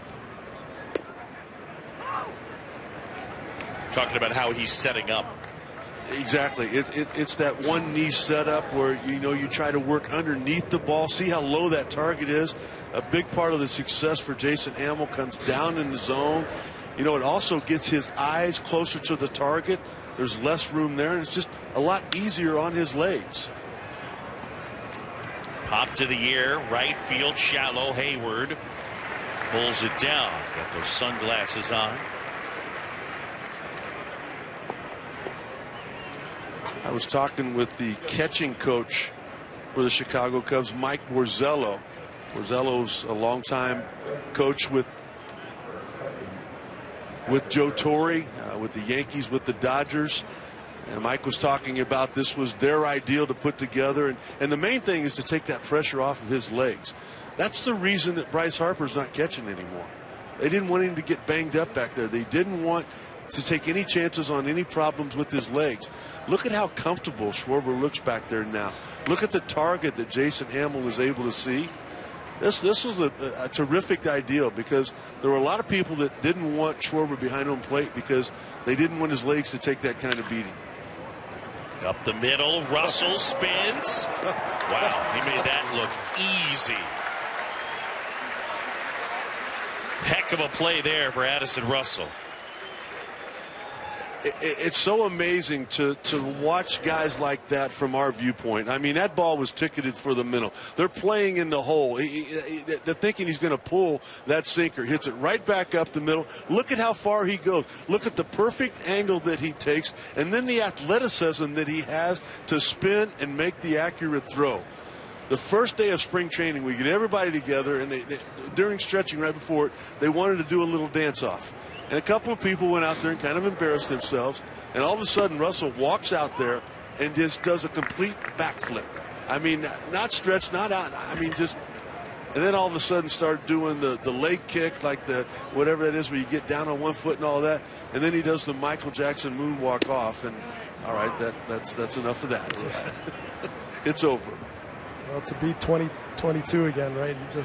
That's for sure. And that's what you're seeing. You have a team of young guys making an impact early, and they got so much visibility in their career at that age. So, Dougie, you think Boog danced like that at 22? Is that what? Well, yeah, it's a little bit of a reach there. Never know. Never know. Low ceiling dancer is how I was assessed back in the day. That's the scouting report. So, yeah, Russell is high ceiling. Now one in the dirt. Hamill gets Lamb to chase, and Jason Hamill finishing with a flourish gets a 1-2-3, including the punch out. So here in the middle of the fourth, the Cubs lead at 6-1. Chip Hale, the manager of the Diamondbacks, going to join us coming up. Arizona last year, 79 wins, finished third in that West. one of the elite players, elite hitters in the game, Paul Goldschmidt. They were second in the National League in runs per game. And then in the offseason, they go out and sign Zach Greinke and acquire Shelby Miller. And they should be right there contending in the West. Should be a very good National League Western Division this season. We welcome in the manager, second year as the skipper of the Diamondbacks, Chip Hale. How are you, sir? I've been better. Yeah. So not the time to say Happy St. Patrick's Day. The jerseys, though, and the hats are solid. It's a good look. We like it. That's right. Now we're in the spirit, aren't we? Absolutely. All right, so let's start with the moves in the off season. I mean, your team changed, and that brings expectation when you add guys like Miller and Greinke to your team. No, it does. We played so hard last year, and guys battled, and I thought, fundamentally we played the game pretty well. So it gave us a chance. We had a 15-game improvement over the previous season. But there was that glaring piece missing up at the top of our rotation. And when we got Zach Greinke, it filled that. And then to go get Shelby in the winter meetings, fits right into the 2-hole with Patrick Corbin, kind of a 2A. So we feel really good about the rotation. I mean, Archie today is battling for that 5th spot with Robbie Ray and Zach Godley and Tyler Wagner. So tough one for him today, but he's facing some pretty good hitters out here. Chip, I'd like to talk to you about that. I saw some things that I liked with Bradley out there. The first inning got away from him a little bit, maybe the adrenaline, maybe the lineup. But I thought, I don't know if that ball got caught in the glare for Segura or what, but if he comes up with that, turns the double play, your 23-year-old walks off the mound saying, okay, I cleaned some things up. Your assessment of some of the things you saw with Archie Bradley. No, his stuff's good. It was 95, easy 95 coming out of his hand. His breaking ball was good. He threw a lot of change-ups today. Couldn't get ahead. And as you guys know, these guys are too good of hitters to fall behind and they know what's coming now. So it's something he'll have to work on. Just getting ahead. He's pitched better in spring training. This has just been a tough one for him. But the stuff's good, and it's coming out of his hand good. So that's important. He's got to get ready for a season, whether it's here or starting in the minor leagues. But if you're going to be in a championship-type season, you're going to need 60, 65 guys, and everybody knows that. So when we send guys out, we're very, very clear about the fact is we're starting with 25, but it could be a different 25 by the first month. So you got to be ready. Chip, when I talked to Dave Stewart before the game, I asked him about the interview with you, and he said that you told them that you could make each player on that club 15% better. You guys were 15 games better than you were the year before. How much better are you guys this year? We should be another 15% each guy. They're just the experience of playing, and we gave a lot of guys a chance last year. We're going to ask them for a little bit more this year. So I think we should have a big improvement. Zach should make a big improvement. Shelby, Clippard in the bullpen, Segura, somewhere in the infield. It's going to be an interesting fight here. We got a lot of different battles that are brewing. Chip, thanks so much for the time. Good luck. All right, guys. Thank you. Chip Hale, skipper of the Arizona Diamondbacks. Of course, came up through that Arizona system, and right here, that one golfed towards the left field corner. It'll touch down and roll all the way to the fence as Weeks will track it down. And Victor Carreton with the double the opposite way.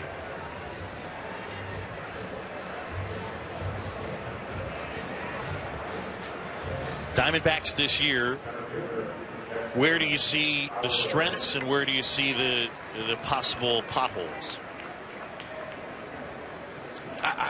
What scares me a little bit is their bullpen. And obviously we're looking at their closer on the mound right now, 30 for 32. That was great. But that's not a big number of saves because they only won 79 ball games.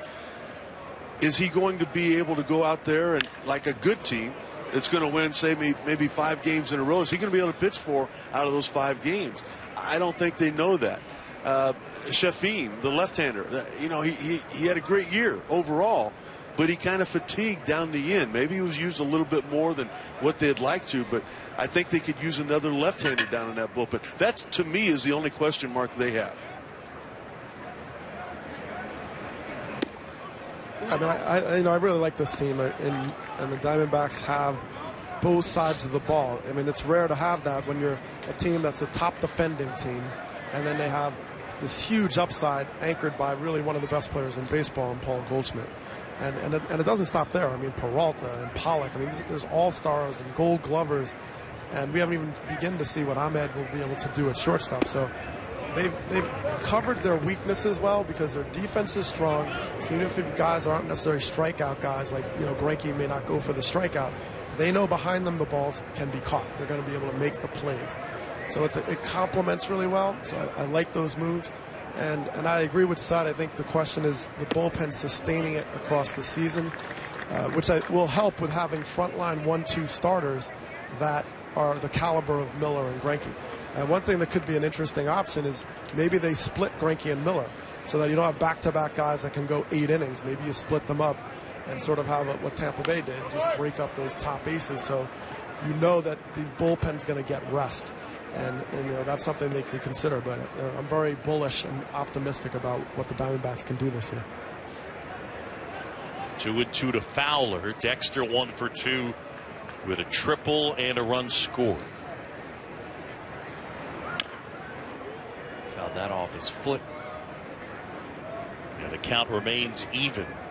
He's got that shin guard on there. Now, Dexter Fowler, you mentioned Rick Sutcliffe, Jason Hayward, and Dexter Fowler getting a chance to play together. They're 3 years apart, but they both grew up in the greater Atlanta area. Dexter's from Georgia as well as Jason Hayward.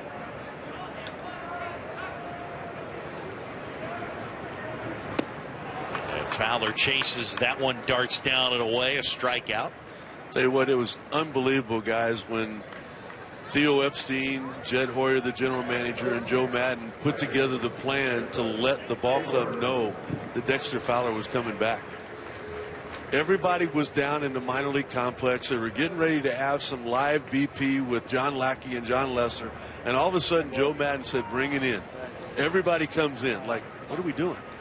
And then all of a sudden there was some commotion going on up at the main clubhouse, and Joe said, don't look. I don't want anybody looking. And I'm standing next to David Ross, and all of a sudden, now you can look. We turn around and look, and there's Dexter Fowler.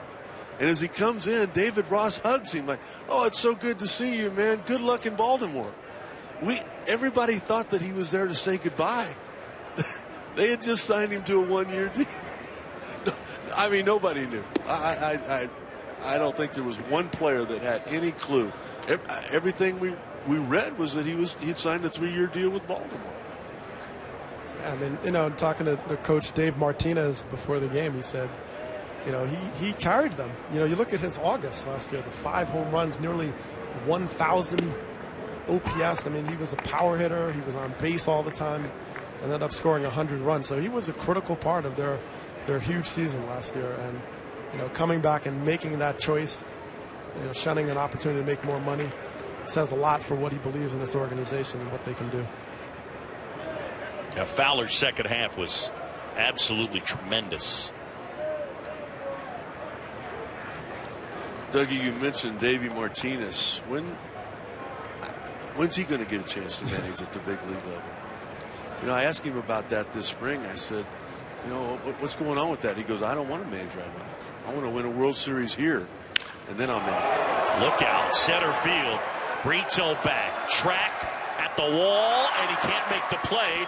And now he can't find it. Picks it up. Hayward sprinting around second. He's into third as Caratini comes in. And it's 7-1.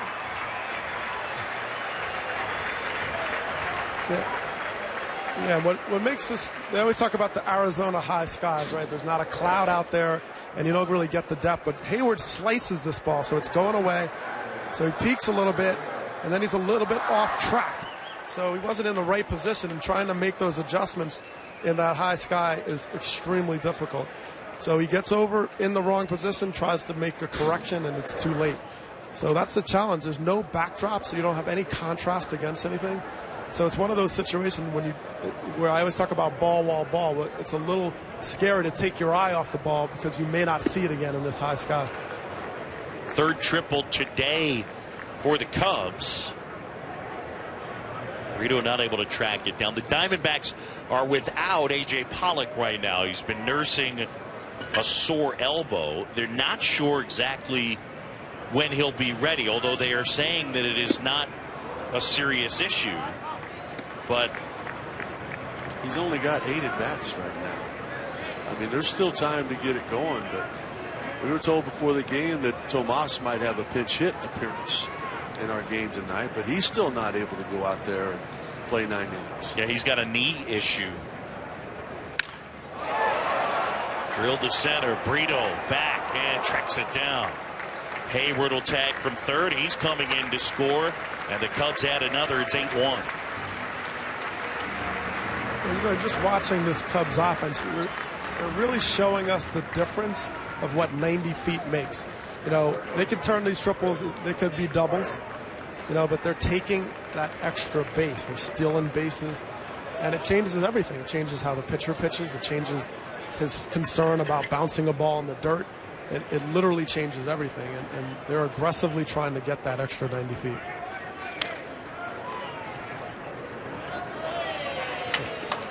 A lot of times with a player, you look to have a couple of guys in your lineup that have that power and speed combination.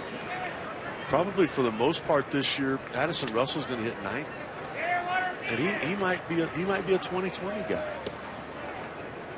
Dougie, did you make that last play? What happened there? What was everybody excited about? Rizzo did a no-look catch. Oh, okay. And then flicked it over almost like a Steph Curry kind of move into the stands. So it was pretty cool. It was something a captain of a team would do.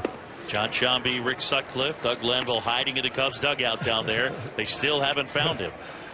Yes. Oh, we got it? Oh, good. Yeah. Break it down. Yeah, so, you know, watch some no-look here. He said, let me just show you my basketball skill. He's decoying his team like, I got this. And then he just bare hands it, tosses it over. No problem. Ziegler gets the punch out. Bryant down on strikes. 8-1, Cubs on top. Well, you mentioned Steph Curry, sort of a Golden State Warrior type of offense here today.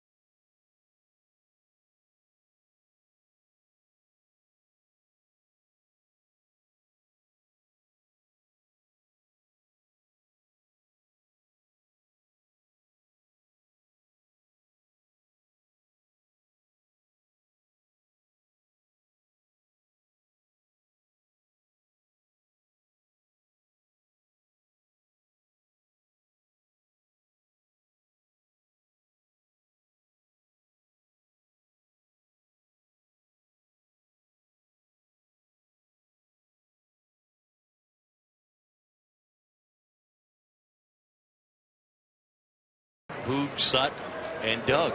8-1. Cubs lead the Diamondbacks. And, well, injuries last year and guys coming back from them. How about you, Darvish?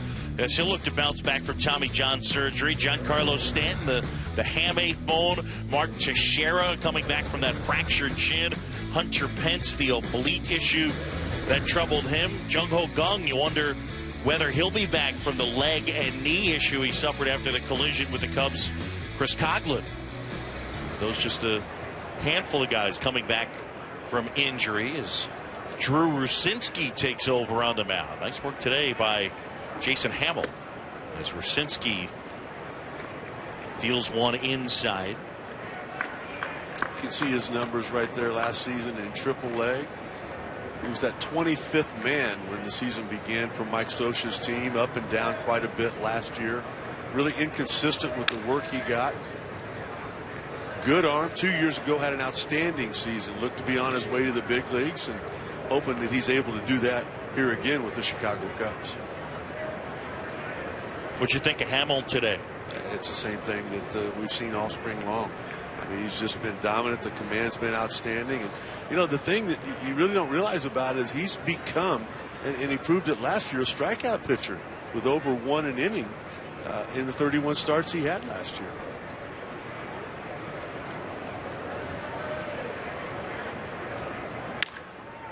That one grounded up the middle. Kawasaki. And 1 up and 1 down. Are you just going to steal my notes and use them back to me, or how's that working?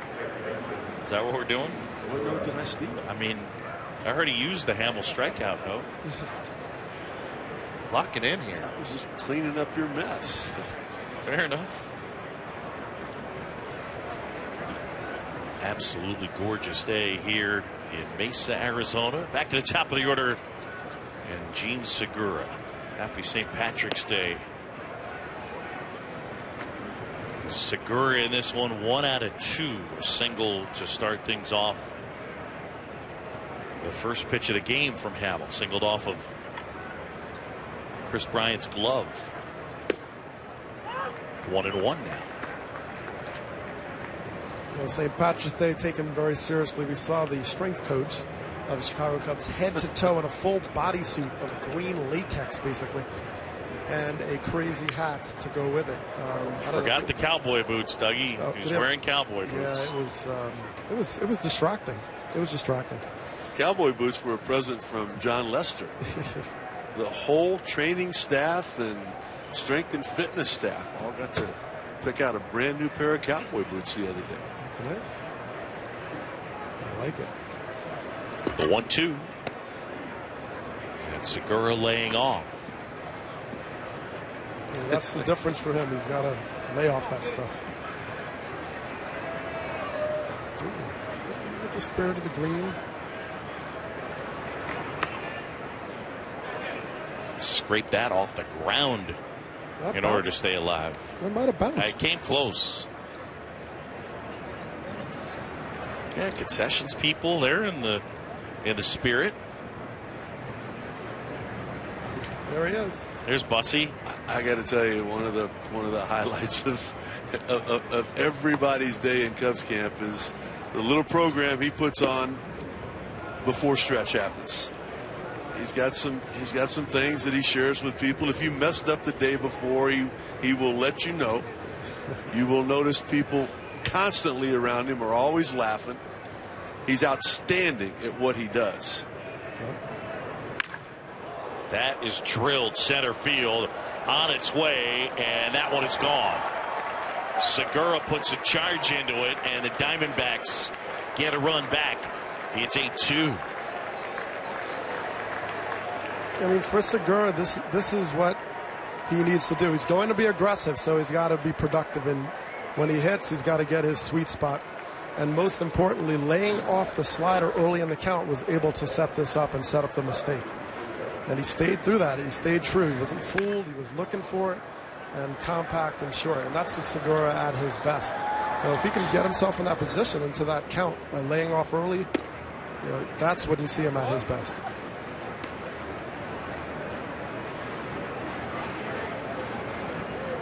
Segura getting the congrats. And Socrates Brito here. It's that hard down to a knee. Kawasaki. 2 down.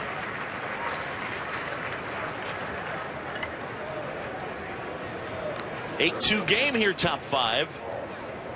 Kawasaki's kind of an interesting situation for the Cubs, trying to figure out who. They know that Javi Baez is going to be one of their infielder outfielders. It's going to be on the roster when camp breaks. Is it going to be Tommy La Stella, who's been injured for most of the spring? Kawasaki's right there. I mean, he's played outstanding. He's had great at bats. He's played all over the infield. Not a bigger cheerleader in the dugout, even when he's not in the game in baseball. Tommy La Stella's a guy who can do some things, play second, play third. But don't forget, Tommy La Stella started a playoff game for them last year, the wild card game. I mean, you're playing an elimination game, and they ended up putting Bryant in the outfield and started La Stella at third.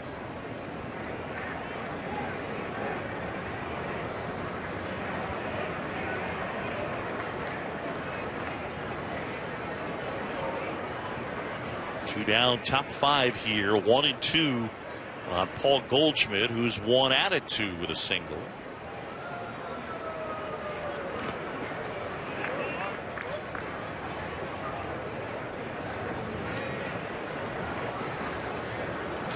Paul Goldschmidt last year got off to such a good start. Finished the year third in the majors in OPS. He just ran into Bryce Harper's phenomenal season last year. The swing and a miss. He's gone, and that's the inning. Segura touches them all. The Diamondbacks get a run. Kyle Schwarber and the Cubs coming up to hit. It's 8-2 Chicago.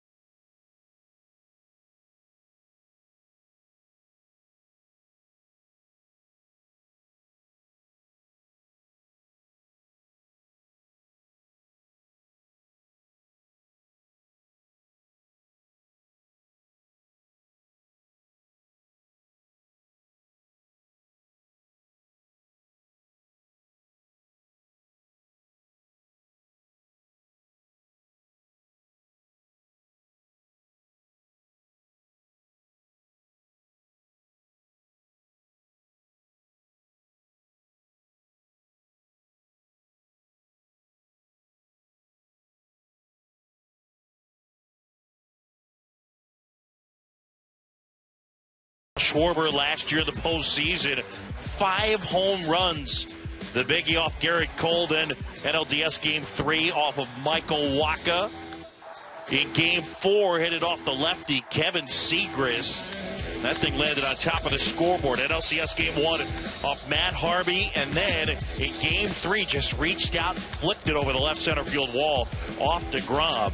5 home runs in the postseason for Kyle Schwarber. If you take the minors, the majors, and the postseason, 37 home runs for Kyle Schwarber last year. And that's over 153 games. Pretty good. How about 21 home runs and 259 at bats at the big league level? It's an absolute joke watching him take that in practice. I mean, it's he hit one out to the opposite field off the end of the bat the other day. He's so strong. And David Ross said, well, anybody can do that. Let's see you hit one over the green monster. Next pitch, dead center. I mean, it's 410 to dead center. And it's like a 50-foot wall that goes up there on the backfield. I don't know. I don't know. I don't know how far that ball went.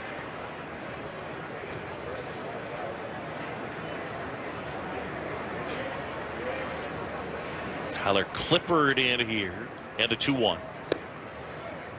Clippard with that good changeup. I think this was a really good sign by Tony La Russa and Dave Stewart. He's a guy that, if Ziegler's not able to go out there, say 3 or 4 nights in a row, he's a guy that he saved over 50 games in his career. I think he had 19 last year. And Schwarber will take his space. Let's go downstairs. And Doug Glanville with Paul Goldschmidt. So, Paul, big acquisitions with the Diamondbacks this season. Zach Greinke to name the top of that list. What's your thought about where you're going for 2016 for the D-backs? Yeah, it was exciting, to sign Zach and trade for Shelby. Pretty good, and sign Clippard there at the end. And, with all the guys we got coming back. So, we finished pretty strong last year, and we're able to improve on the year before. So I think just keep playing hard and, go out there and see what we can do. And, I think we definitely have a good team and just got to go out there and improve it now. I mean, what's been the keys to your consistency and success?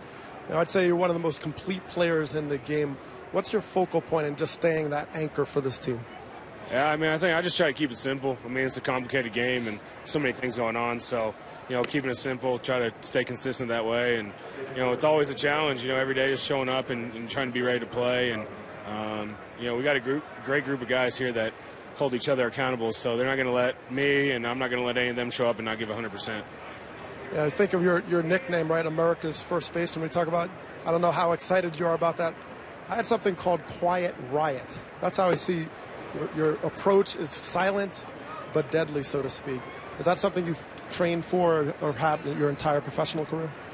I think, more often than not, if I'm going to get in trouble, it's probably trying to do too much. So I think more often, I'm just trying to, not do too much, keep it simple, like I said earlier, and just kind of let everything happen. So, like I said, when I get in trouble, it's, trying to hit homers and stuff like that. When I have success, usually just, keeping it nice and simple, not trying to do too much, and just kind of letting it happen.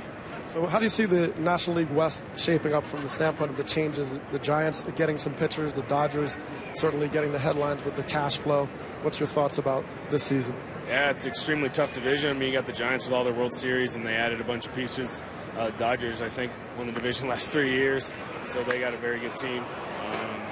The Padres and Rockies, too, can play, and hopefully we'll be in the mix. So I think, just prepare and come out and play hard. It'll be a good challenge, but it'll be a fun year. All right, Paul, thank you. And Quiet Riot, you're going to endorse that right now? We'll see. All right, that's the half endorsement. We'll work with that. Thanks a lot, Paul. Appreciate it. I like that. Pushing his own nickname on the guy. Tremendous. 1-2 now on Soler with nobody out. Chris Negron running at first for Schwarber.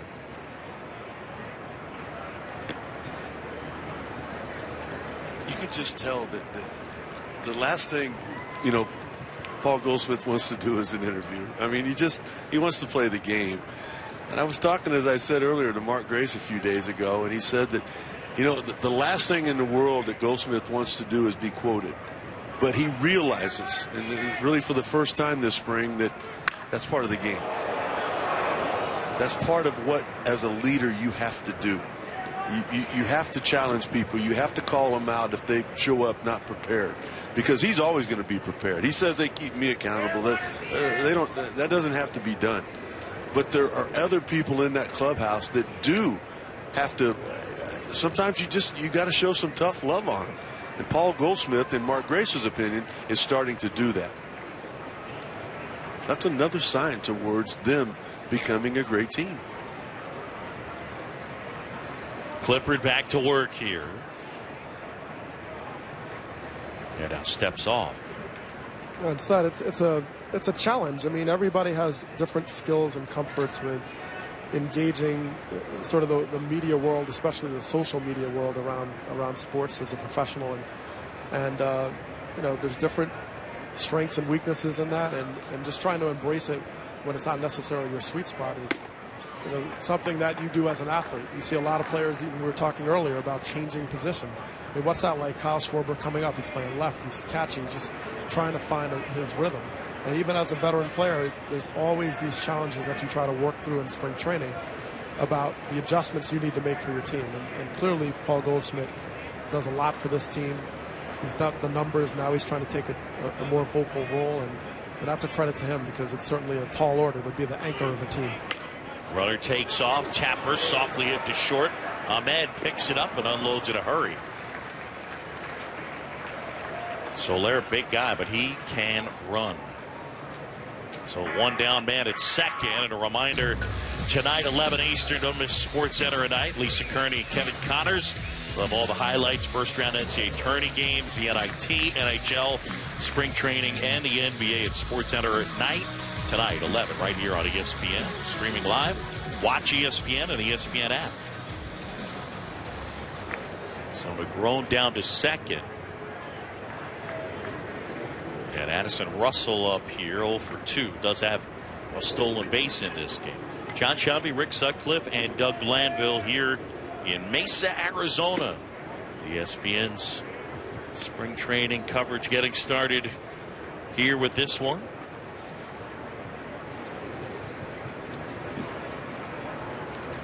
Would you fill out your bracket? In fact, would you fill one out for me? I've gotten yelled at because I promised to be in 2 different bracket settings, and I reneged on my promise. I didn't get to it. There was a time change, and as I crank up the excuse machine, that's the sound you hear. There was not a time change here in Arizona. Well, yeah, it's a good point. That's like your friend Brad, who said it's St. Patrick's Day here tomorrow. Or everywhere, but either way. But yeah, there was a time change for me. And by the time I realized that the games had already started, I didn't pick my brackets. So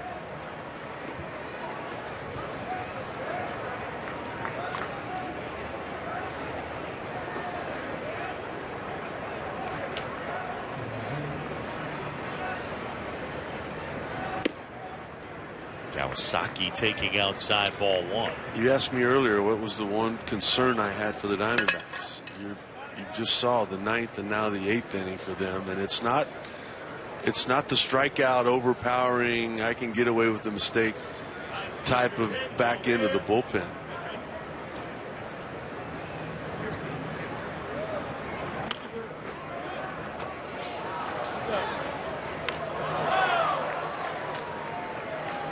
All right, well, let's put it out there. Are you ready? Oh. Preseason picks, and here they come. A lot of similarities there. Nationals, Dougie, really? Dusty? Yeah, big Dusty fan? I'm going with Big Dusty. I think he makes a monumental comeback, and I think he gets everybody on the same page. And yeah, I'm just throwing it out there. You gotta go off the grid a little bit, even though last year, people picked Washington. So yeah, I'm gonna roll with that. I mean, you notice, you look at mine, I don't have the Dodgers. Yeah, they won the National League West 3 years in a row, nor the Cardinals.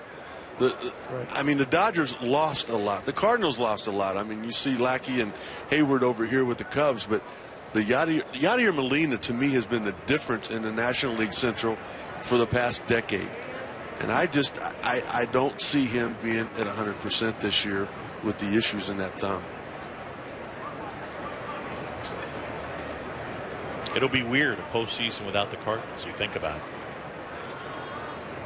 Yeah, it's kind of like a lunar eclipse or something.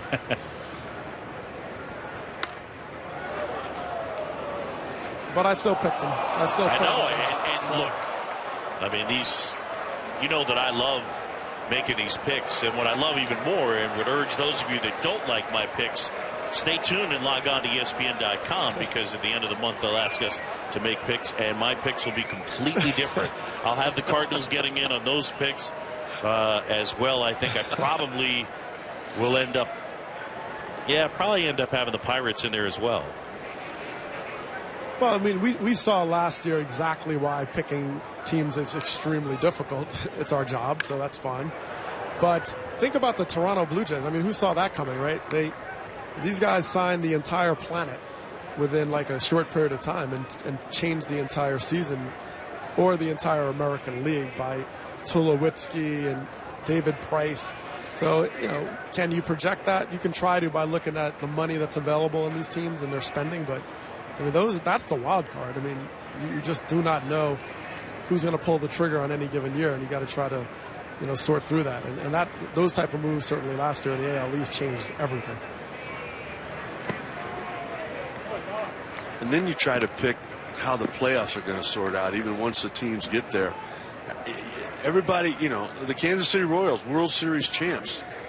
Well, they were down what were they down? 5 runs in the 8th inning to the Houston Astros in an elimination game. Yeah. Yep. It can come from anywhere. So, everybody thinks it's been so long for the Cubs. Will it ever happen? Who knows? Runners take off. That's drilled right field. That one back there. Peralta's going to play it off the fence. And in to score is Negron. Perez stops at third. And the Cubs leading at 9-2. Really more of what we've seen from the very beginning. I mean, we've rarely seen the name on the front of the Diamondbacks jersey. We're seeing the numbers of their outfielders on the back. Off-speed pitch, up and in. Once again, the Cubs with runners in motion. Peralta got a great jump on that ball. Really surprised at how well he got to that baseball. If it would not have been hit so far, he would have been able to possibly make that play. But more power, more athletic guys on the base paths. Just a better sight at what you're going to see from the Chicago Cubs this year. All Cubs here, bottom 5, as they lead it 9-2. Tim Federovich is going to pinch hit, so it's been a bumpy outing for Tyler Clipper.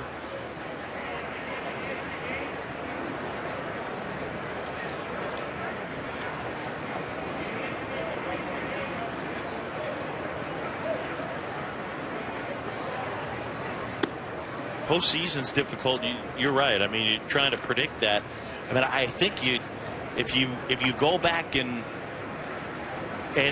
rewind, I think you can make a pretty good case that on both sides going into the playoffs, the Pirates were the best team. But they got into a one-game scenario with a monster pitcher, and he dominated. Well, and it happened. Great point, Boog. It happened the year before. They get 9 innings against Madison Bumgarner.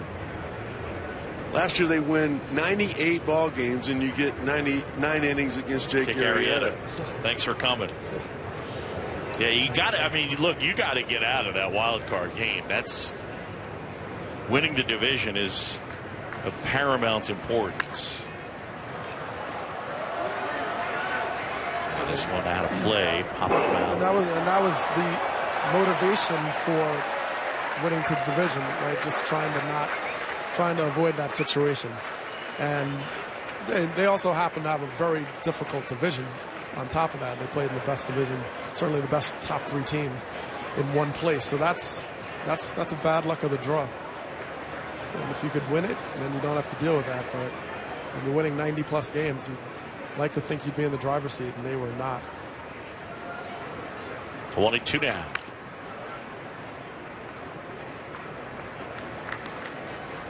And again, you look National League and you think about, the Cardinals and the job John Mozeliak's done.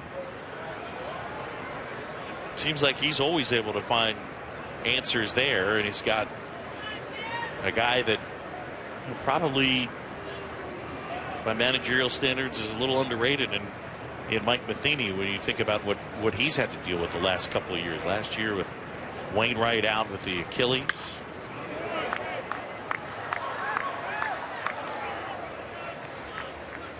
'97 wins and you finish 3rd. I mean, if they don't add the second wild card, Cubs are watching.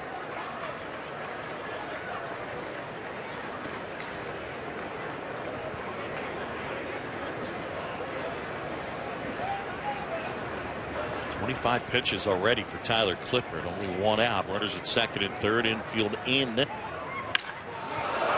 Federovich puts a charge into this one. Center field. Marzilli can't make the play, and it's off the fence. Both runners are going to come in to score, and Federovich ends up on third. That's the Cubs' fourth triple of the game.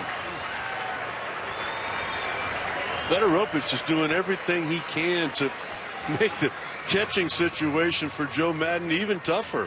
This guy's got big league experience. He's outstanding behind the plate. He's hit a couple of home runs already this spring.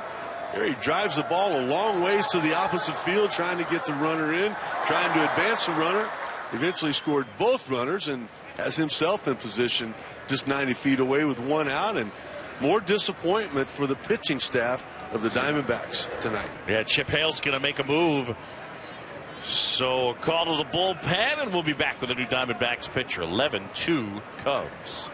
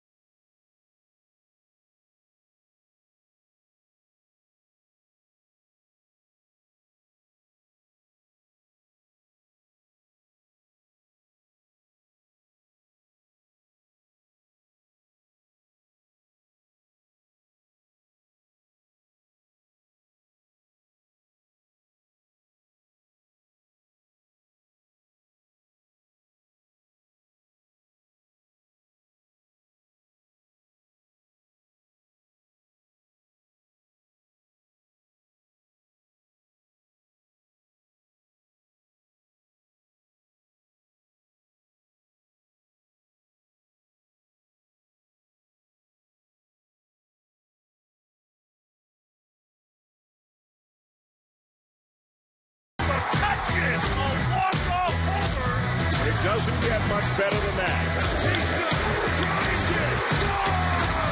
That's a Webkin tonight. Matt Harvey struck out the side. And the Kansas City Royals have won the World Series. Well, the Cards and the Pirates, the Jays and the Rays, the Mets and the Royals. A busy opening day, Sunday, April 3rd on ESPN and ESPN2. Cardinals and Pirates will have it for you at 1 Eastern. The Jays and the Rays 4 Eastern. And then Sunday Night Baseball, the opener, Kansas City and the Mets, the World Series rematch.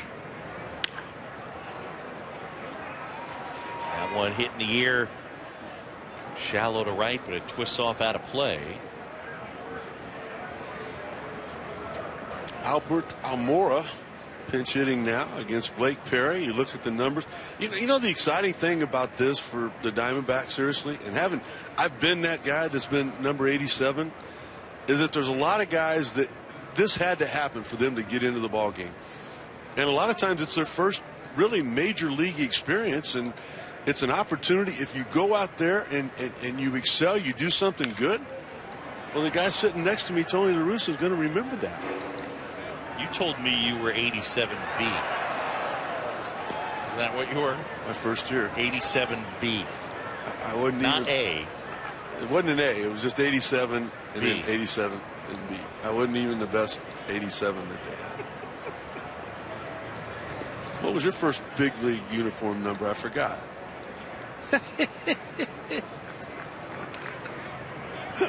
Wow.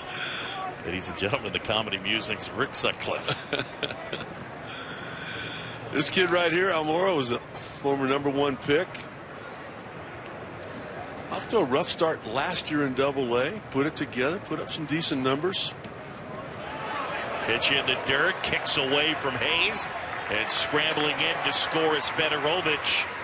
And another run in. It's 12-2. No question about it. There's a lot of nerves involved. I don't know that you can really bounce a breaking ball any closer to the left-handed batter's box than that. It's one of those things where the adrenaline, your breathing power, there's things going on in your mind that have never been there before. So the wild pitch grounded to short. Ahmed takes a tumble and still throws him out at first. Let's go downstairs. Doug Glanville with Anthony Rizzo. So, Anthony, when they think of leadership, they see you as the anchor of this team. And now you've added all this experience postseason last year. What's been the change and difference for 2016? I think the belief that we have to win. Last year was such a learning experience throughout the entire season. We got better every single month. We really took off in the second half. And going to the playoffs and beating teams and advance to NLCS, I think now we're coming in with a bit better belief, and that's powerful. One way you lead is your two-strike approach. I noticed that you choke up. Where does that come from, especially in an era home runs kind of can trade off for the strikeouts? I think at one point I just got fed up of striking out and swinging at bad pitches with 2 strikes. So it allows me to recognize the pitch a little bit more and not try to do too much with 2 strikes and put the ball in play. You get one little knock, you relax a little bit, and maybe you end up taking off. How do you characterize this team? You think about Dexter Fowler coming back, the whole sense of Joe Madden's ship, so to speak. What sort of sums up this team and why they're so unique? I would say we're just a big family, and it's rare to have that. And all of us get along so well. We have team functions. Everyone's there. Everyone's supporting everyone else. Get along with the wives, all the kids that are on the team, all the kids that come to the ballpark. So it's been nice. I talked to you like this veteran presence you have, and you're 26 years old. What is it about the way you can mature so quickly in being part of this organization at this time? I don't know. I mean, my parents, the way they raised me, I would say, my brother, and just playing baseball. That's my whole life. I've just played baseball and had fun and enjoyed it and tried to bring everyone together and get along with all your teammates. So that's been nice. All right, Anthony, appreciate your time, man, and good luck this season. All right, guys, so the Cubs all over the Diamondbacks, 12-2 as we head to the 6th here in Mesa.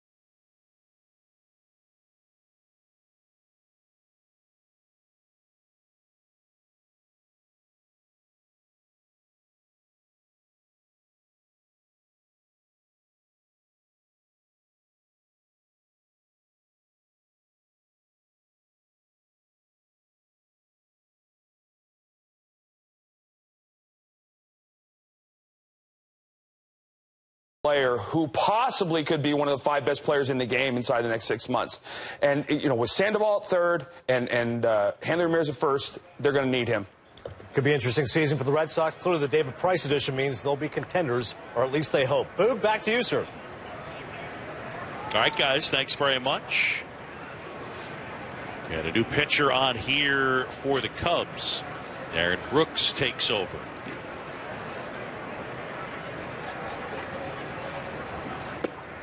And delivers outside to Peralta, so he's fallen behind 3-0.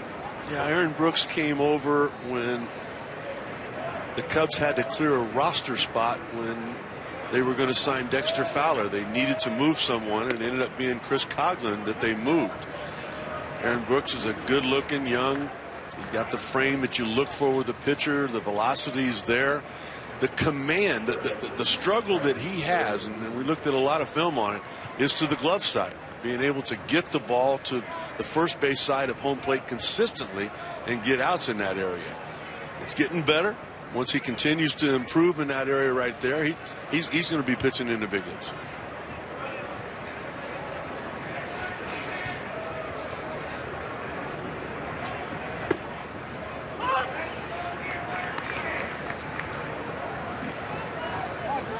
Brandon Drury here. This guy actually originally drafted by the Braves, came over in the Upton trade when Justin was sent from Arizona to Atlanta. Bounce to third. And Balsler handles the chance. All right, so here's that deal we talked about. Braves end up getting Upton and Johnson, but Prado and Delgado plus Ahmed Drury and Zeke Spruill. I mean, you're talking about a starting shortstop who is elite defensively, and we'll see whether it's Drury or Lamb. The jury's kind of still out on who they think will end up being a better player. Chip Hale's, there's talent there. He knows it. Delgado's a big part of their bullpen down there. I mean, everything that I read when Kevin Towers got fired from being the general manager of the Diamondbacks was because of that trade. We only got Martin Prado back for Justin Upton. And Johnson went off, if you remember, the first half of the season down there, and it looked horrible. Well, how does it look right now?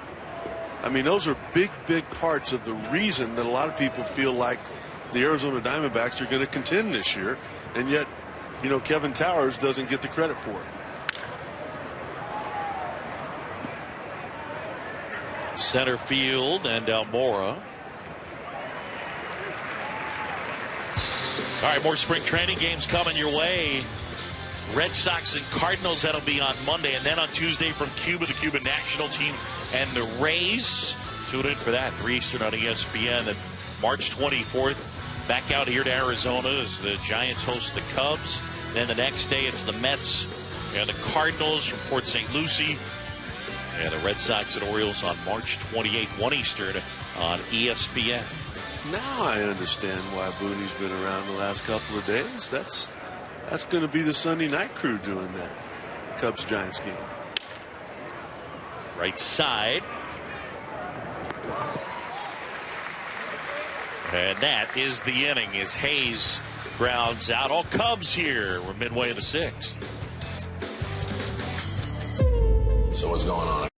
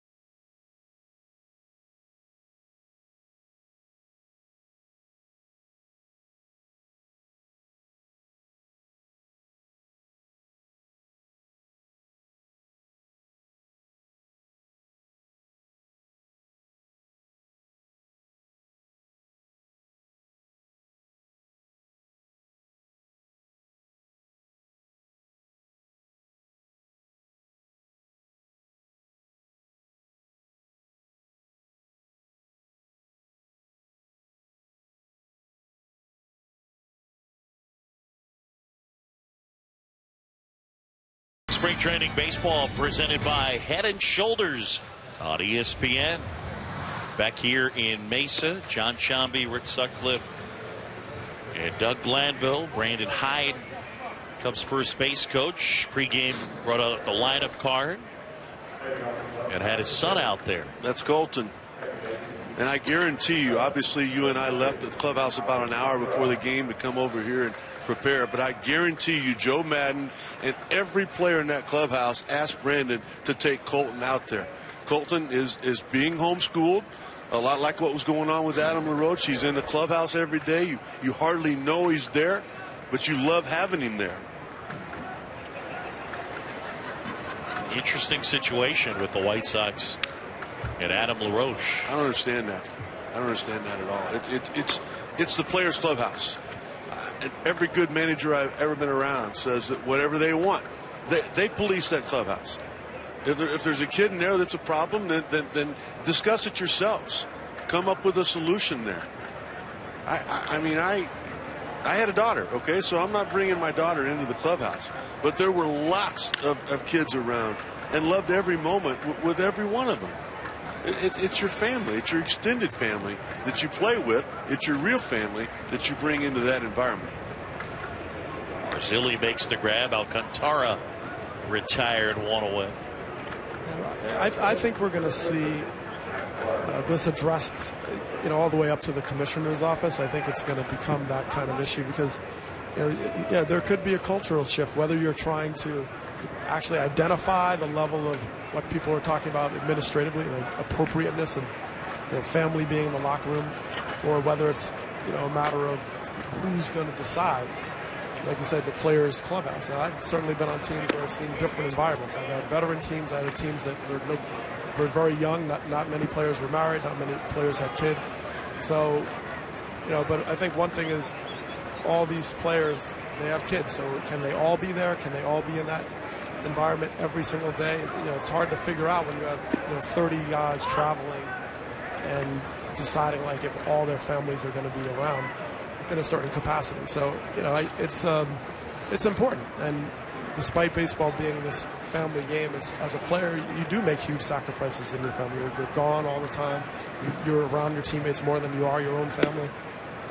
You have certain limitations and restrictions and it's compensated well for it, but there are trade-offs, and and I've seen a lot of things. My father was gravely ill towards the end of my career and passed away ultimately the last game of the season. And I had to make decisions like, do I go home and go to the ER, or do I, you make these family decisions. They're very hard. And you want to make sure that you have people around you, like your support system, as much as possible.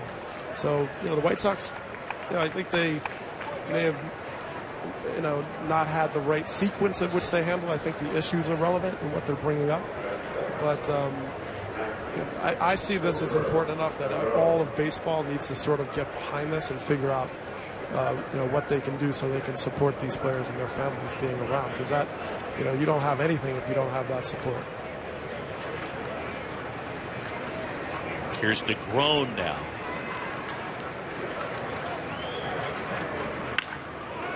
First pitch swinging, drives it well out there. Marzilli chasing after it, looking and gone. DeGrom puts a charge into one. The Cubs add another, and it's 13-2. All right, hold on a second. Tommy La Stella, Kawasaki, you got company. Because Negron can play anywhere on that infield. He could play shortstop if Addison Russell were to need a day or possibly get hurt. And he has displayed opposite field power throughout this spring training. That's a good-looking player.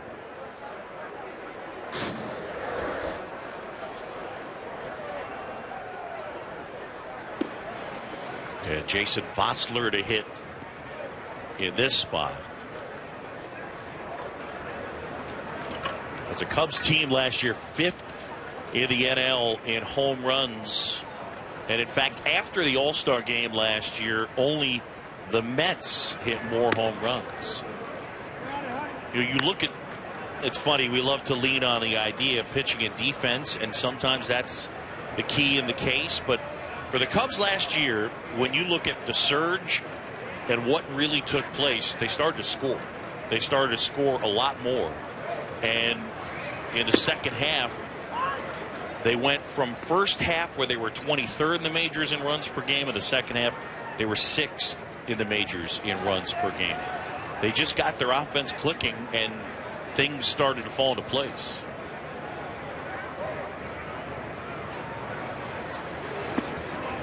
And then there was that little matter of, you have a starting pitcher that's got a 0.75 ERA, the lowest ERA post All-Star break in history. Yeah. Otherwise, not a real big deal. It all came together in the second half. And, you have to give, like I said, Chris Bryant, I can't say enough about how hard it is as a young player to have that good of a September. I mean, my first September where I played a full season, I had 700 plate appearances. As Terry Francona, my manager, said, the bat was swinging you in September. I mean, it's tough. And they all, Dexter Fowler, being that elite, right over my head. Dexter Fowler being that really became an elite leadoff hitter or a key part of that lineup towards the end of the season, particularly in August. So, they showed a new dimension to their team. And if they pick up where they left off this year, I mean, out of the gate, they're just going to be putting up a lot of crooked numbers on that scoreboard. 3-2, 2 outs, bases empty. And popped up left side. That'll do it. Cubs will pick up a run on the Negron homer and lead it 13-2.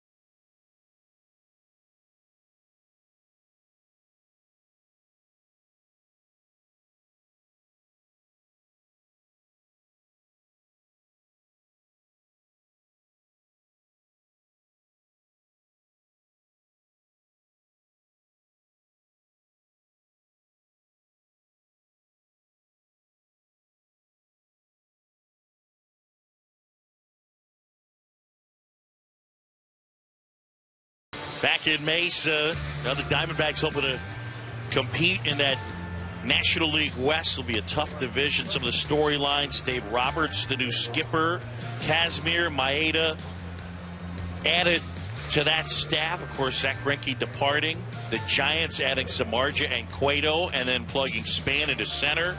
The Padres lose Upton to free agency, and they move Kimbrel to the Red Sox. And then the Colorado Rockies, good farm system, but talking about a team that will be up against it in 2016. And Eric Brooks back to work as he faces Phil Gosselin.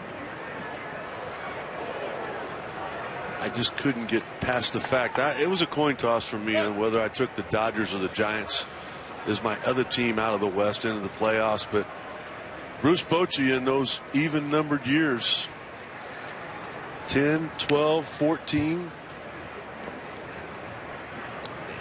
I mean, I'm a big fan of track records, and that's a pretty good one to have right there. It wasn't like they did anything wrong last year. They just had a lot of injuries they couldn't overcome. starting rotation fell apart. Kane and Lincecum weren't the same. They filled those holes now. And I'm hearing great things this spring about Denard Span. We know when healthy what he can do. And they're saying he's going to be healthy. Well, look, that infield is really good, homegrown through and through. Chopped up the middle and knocked down, and we'll see how they score that one. Alcantara not able to make the play, but you know, you look at the Giants, and you know, Belt, Panic, Crawford, Duffy, and Posey, all drafted and developed by San Francisco. All those guys helpful offensively and defensively. Here's the first place I go with the Giants. Samardzija and Cueto shifting leagues, moving to a pitcher's park. And right side, Alcantara, as they get one, and they get two. I mean, you look at Jeff Samardzija, I think that if he executed every pitch in the identical manner as he did last year, you could probably shave half a run off of his ERA. Yeah. Again, adjusting for easier league because he gets to face the pitcher, and you're talking about a ballpark that will aid him as well. And I mean, they spent some loot. Look, and Johnny Cueto is a guy who, when healthy, has been an elite starter. Well, and you're talking about Dave Righetti too, handing them over to them. He's always made somebody better that has come under his tutelage. And when I look at, you know, Dave Roberts' first year, when you look at Chip Hale's second year, you think about the inexperience of managers in the National League West. What type of difference is Bruce Bochy going to make? 10 games? 15 games? That wouldn't surprise me. Yeah, they're in a great spot. And look, Samardzija, if you look at those stretches where he was dominant, I mean, he was one of the best in the business at different flashes. And you know, I see Bochy in that combination, working with that staff, is like the real equalizer of him breaking out, and you know, in the shadow of a guy like Bumgarner and other pitchers, that really he doesn't have to be that ace. I see that as a great asset for Samardzija. So, I mean, I like the Giants' chances this year, and like you said, the experience of Bochy, you can't argue it. The guy just wins championships. Is what he does.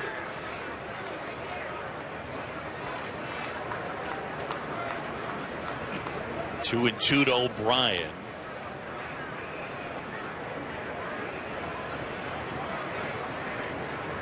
Two outs here, top seven. And left side. Negron handles the chance. Aaron Brooks with a nice two-inning effort. Time to stretch here in Mason. It is all Cubs on St. Paddy's Day. What helps Robo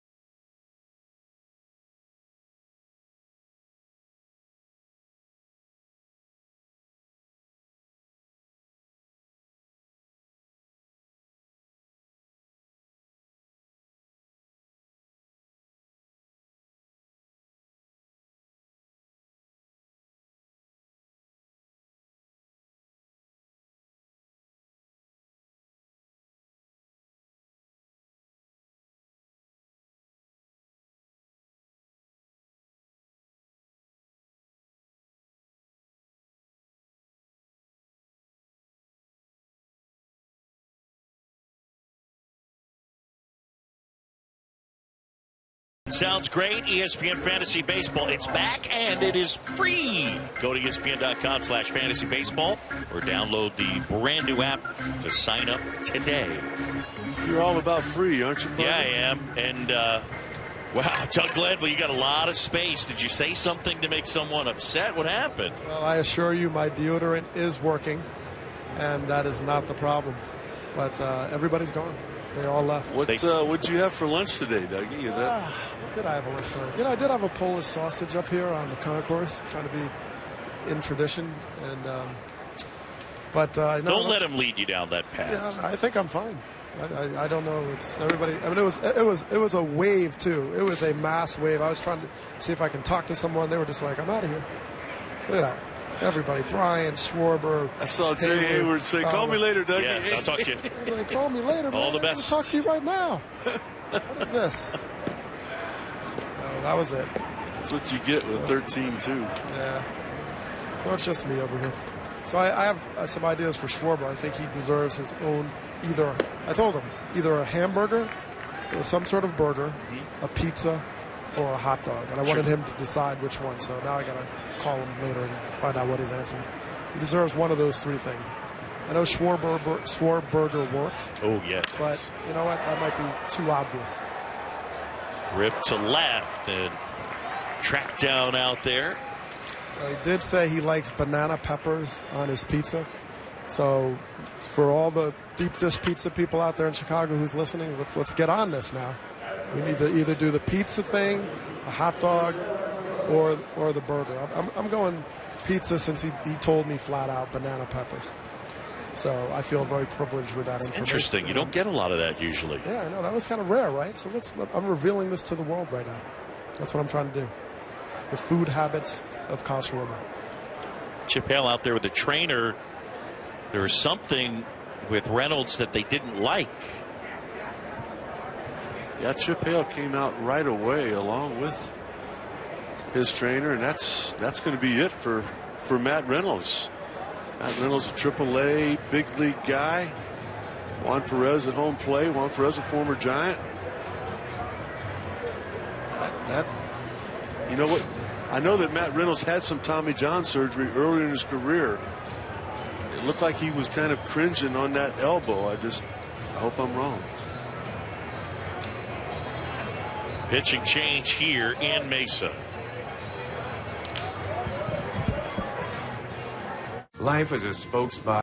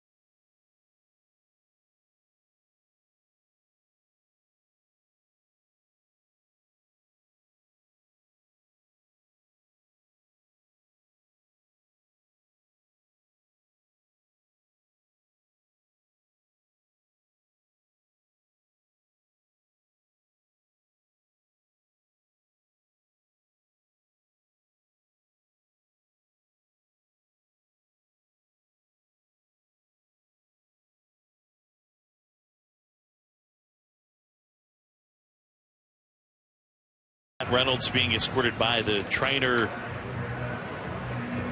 and a couple of pitches ago, here's what they were looking at.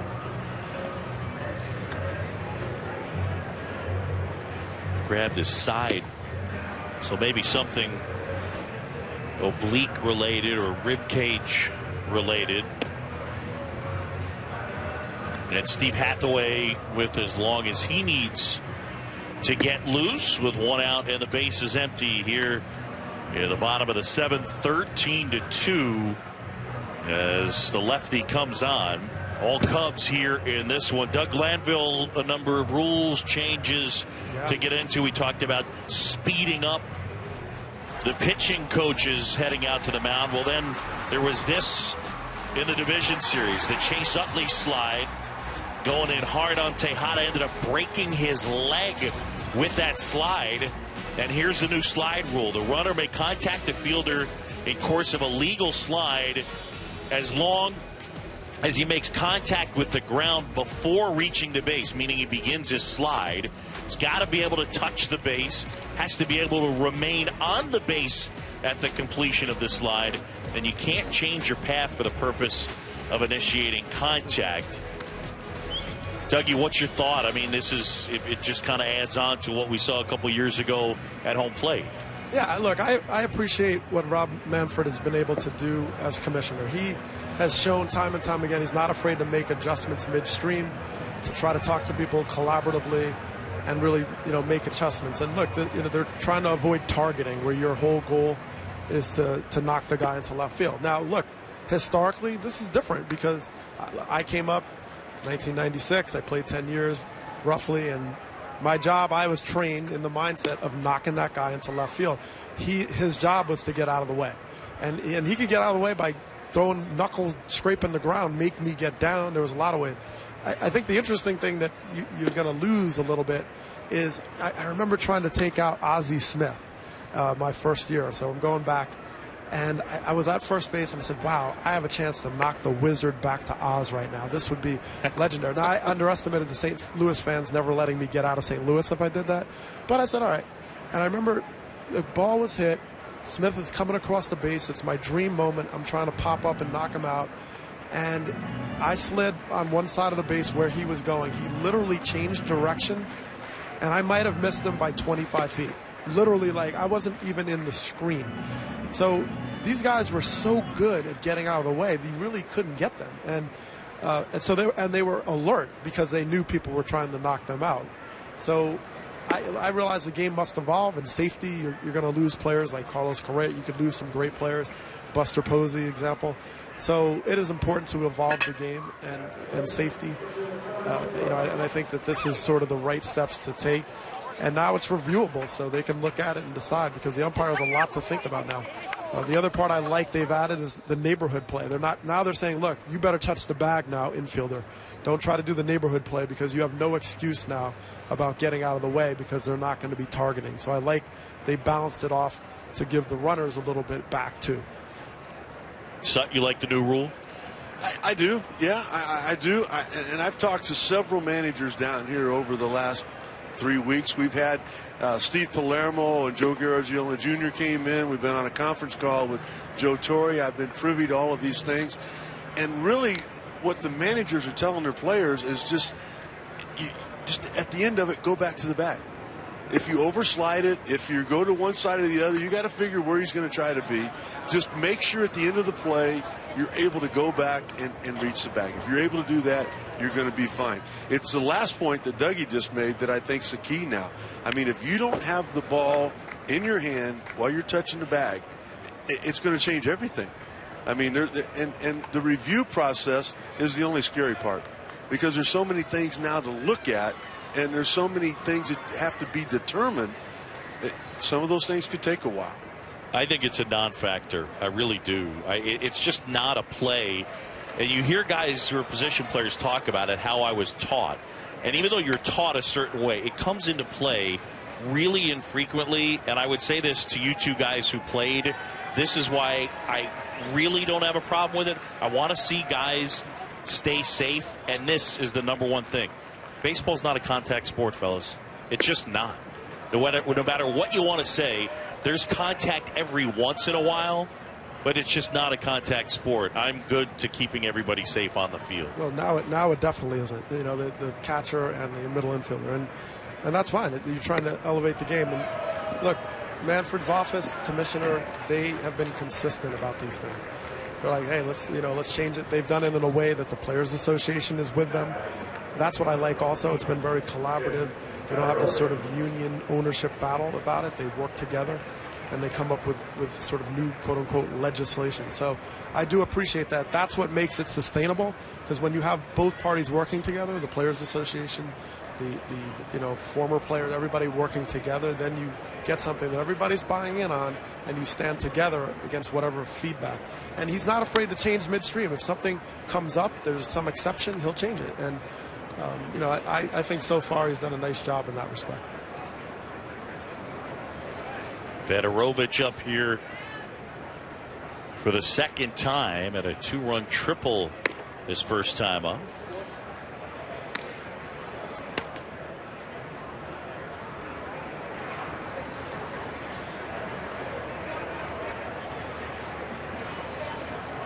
All Cubs here 13-2. Jason Hamill, 4 innings, gave up that 1 run. Look out. Oh. Center fielder never saw it. Well, I don't know that it would be described as fun. The kids, though, yeah. Roll them up, roll them down the hill. Absolutely.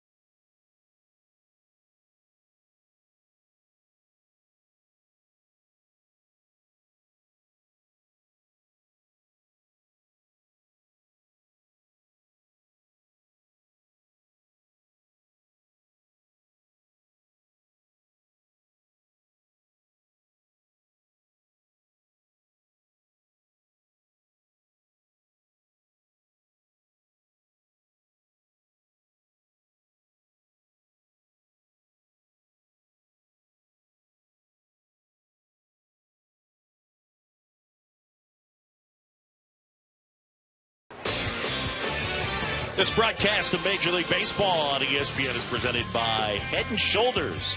Live head first. Spring training action coming to you from Mesa. And it's all Cubs 13-2. It has been an extra base hit fest for the Cubbies. 4 triples as well. Home run from Chris Negron. And they have unloaded offensively. And Evan Marzilli steps to the plate.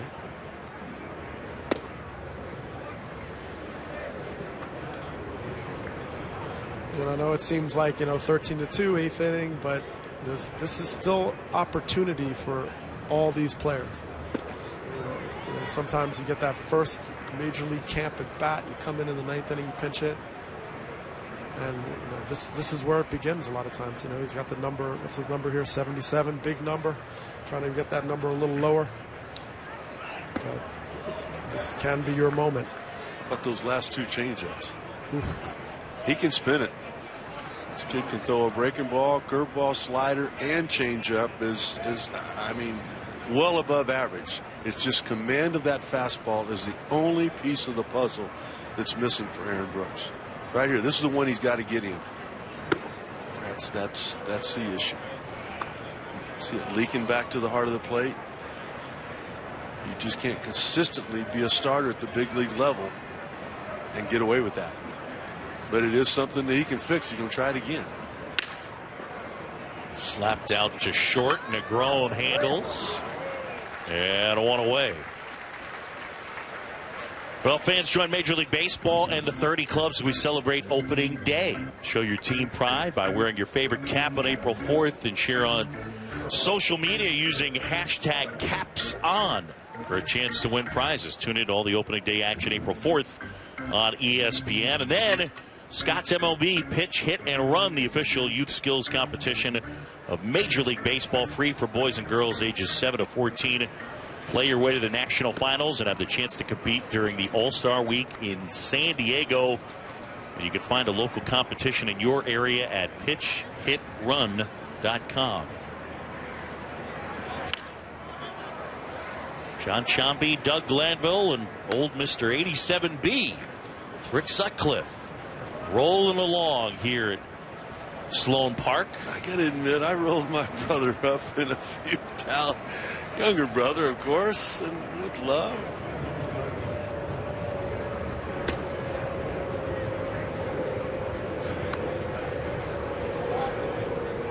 Joaquin Arias, the former Giant here.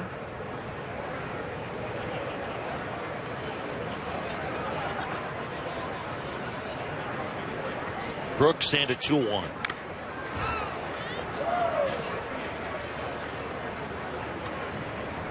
Dougie, for you in spring training, did you ever find any rhyme or reason to, if I hit well at this time, I start the season well. If I don't hit well in spring training, I start the season poorly. Anything? Well, I mean, I generally had pretty good springs. The spring that I didn't do that well, I ended up getting released by the Yankees, so that's hard to. So, but no, I don't know if it correlated. I had some struggling Aprils, and like the Rangers in 03, I had a phenomenal spring. I think I led the Cactus League in hits and so on, but I started off really horribly, and then I tore my hamstring tendon to add injury to insult. So, but you have to take it, as seriously as anything else as you take as your professional life as a player. You have to feel like produce. You can work on things if you have the bandwidth, but for the most part, I saw it as you still have to go at the highest level because you never know. What about it results-wise? Did you find any type of matchup in terms of what your numbers may have looked like in spring to how you performed to begin the year? Well, you go at it differently. I mean, when you're a young kid trying to establish yourself and make the club, yeah, I mean, it's everything you've got every single day. Once you're a veteran guy, you're pitching opening day, then there's different ways to go about it. But my first 8 spring trainings were in Florida, and everything about Florida is legit. I mean, if you got a good breaking ball, you're going to have one there. If you hit for power down there, it's going to show. There's a lot of what Joe Madden calls them posers here in Arizona. There's a lot of guys that'll put up offensive numbers here that you just can't believe. And if you do believe them, you're going to get in trouble because 6 weeks into the season, they're going to be right back where they were. If you got a guy who is a breaking ball type pitcher and he doesn't have a good breaking ball here, don't worry about it. Okay, it's dry. It's tough to get a good grip on the baseball. You're not going to spin it down here like you will in most other places. So it depends on where you're playing at.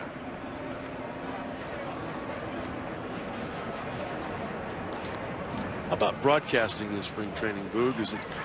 Do you find you're working on things or what? I mean, son, I think I've made it pretty clear that I'm in midseason form here today. Oh, a little bit of miscommunication there. Yeah, a couple of guys that probably have not ever worked together. And if you're not going to get the ball, you can't wave your glove at it. Yeah, Bossler and Negron. Well, it's like a screenplay in hockey. You're obstructing, and then all that blink of concentration, that's all it takes. All of a sudden, you don't pick up the ball, and it's not there anymore.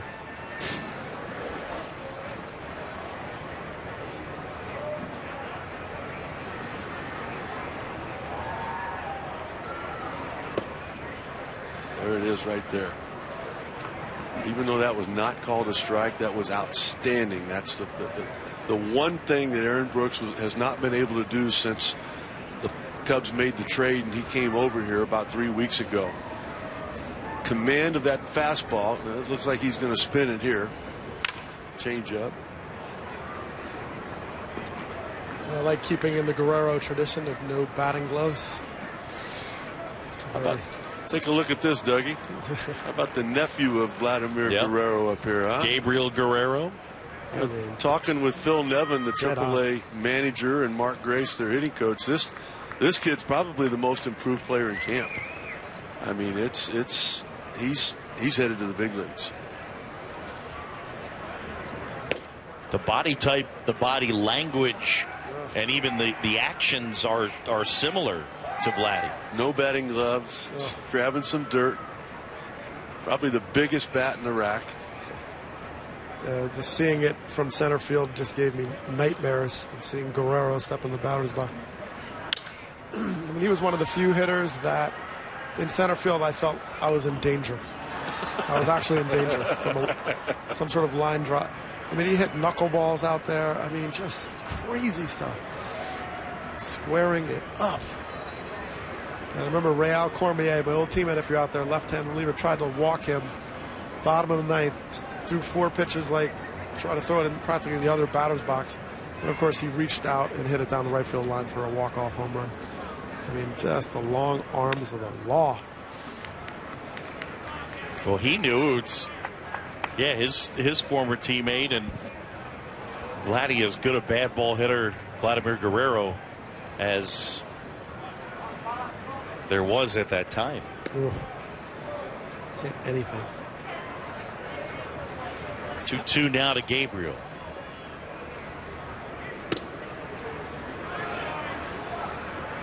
I'm not taking a real good look at Vladimir Guerrero's numbers.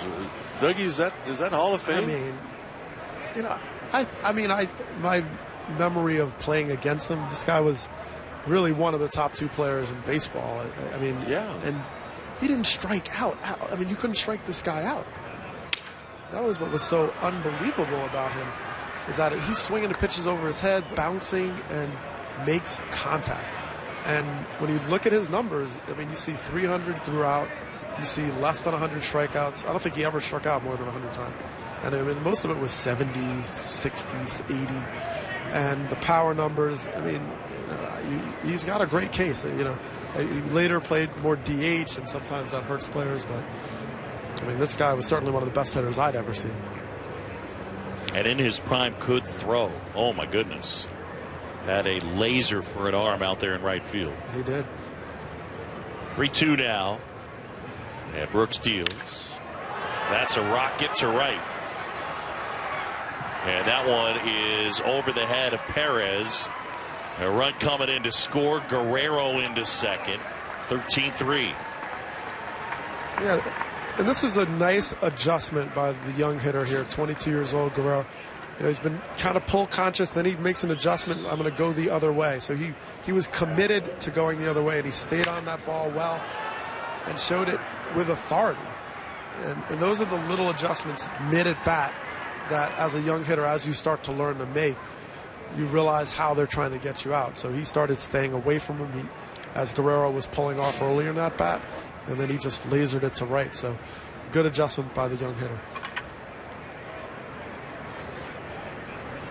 So 2 down man at second. All right, so Dougie, you're a veteran and you're done playing. Do you have any idea what is happening? Are you following this game? Have you gone home at this point? Like, where are you if you're a Cub? Oh, first I thought, okay. Well, it'll base it into center. It'll score another. Yeah, you're probably, so, for example, Dexter Fowler, you know, he goes in. I'm sure he has a workout routine scheduled and really organized as to each day of the week that you're, adjusting to whatever schedule you have. So there's probably a training schedule. And there's days in advance, like, hey, just take it easy. You're not traveling with the team. Go home early. But, this team, from what I'm talking to these guys, I mean, they get after it. I mean, they got their plan and their work ethic, and it's very structured. So, for the most part, as a veteran player, you understand how to pace yourself. But, they're pushing each other. They got a lot of guys that are looking to these experienced players even guys like Jason Hayward, who are 26 years old, are seen as veterans. And they're setting the tone, and they have great energy. That's something that I kept hearing over and over from the staff, the energy. They can train. They can continue to work on things, extra work. And it pays off in dividends as you get late into these tough games in the summer, late summer. Rivero pushes that one foul. Boog, I can tell you guys firsthand. I mean, Tim Buss has Anthony Rizzo, Chris Bryant, Kyle Schwarber. They're there at 6:37 in the morning. They've got their routine 5 days a week. They might take a day off in the middle of the week and grab a Saturday or Sunday. Mike Borzello's got the catchers down doing catching drills at 7 o'clock every morning. Chris Bosio has all the pitchers doing their side work at 8 o'clock every morning. You're matching up certain catchers with certain pitchers. That's how they found last year that Schwarber and Jason Hamels were going to get along. You want to make sure that Miguel Montero has caught John Lackey as much as possible to get that comfort zone. A lot of that starts early in the morning. All of this goes on. The coaches have their meeting at 9 o'clock. Then there's the stretch at 9:30. A lot of these guys have their day completed by the time they get to stretch. They go through some batting practice. They do a few things. If they're not playing in the game, they've already got it in. They've got it done. And they do it together, like Riz was saying. First one to Goslin. Yeah, no, I can't speak to starting pitchers because they had a little different routine with the running and all that. So I don't know if you can elaborate on like starters versus relievers, position players. They always had a little different dynamic. They do, yeah. As far as their throwing is concerned, Dougie, but a lot of the relievers, particularly a lot of the young guys, are trying to follow Jake Arrieta this spring. And if you remember, our own Jessica Mendoza, I've seen her doing the Pilates. I've seen her doing all of the stuff with Jake. I mean, I've never seen anybody that works like that. I mean, I look back on it and think that I thought I was one of the better workers, but I've never seen anybody do the stuff that Jake Arrieta goes through to get ready to pitch every fifth day. No wonder he pitches so well, because that's by far the easiest day of the week he's going to have. Yeah, it's a pretty incredible fitness level that he's gotten himself to in a sport where it doesn't always translate. Not always.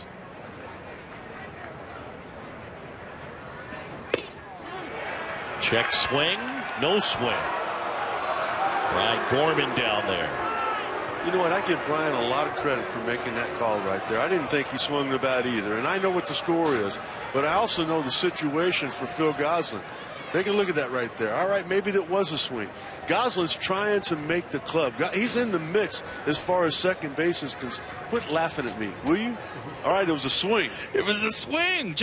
Bail out on your point. Come on, Brian. What in the world are you thinking? I understand what your point is. I was wrong. All right. There you go. First time in 3 years with Sutcliffe. It's early. I'm going to get better. Don't send me down yet. It's a UVA guy. National championship baseball team. Yeah.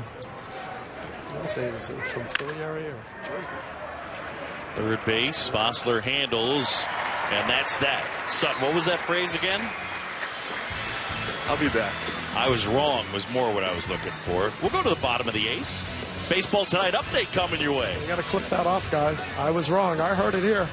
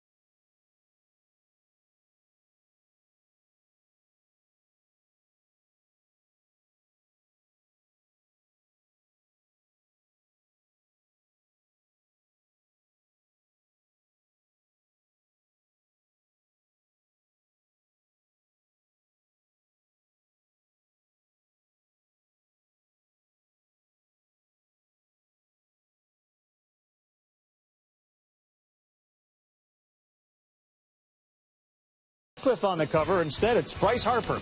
He, of course, at the forefront of the youth movement in baseball. We'll talk much more about the other guys that can make that claim.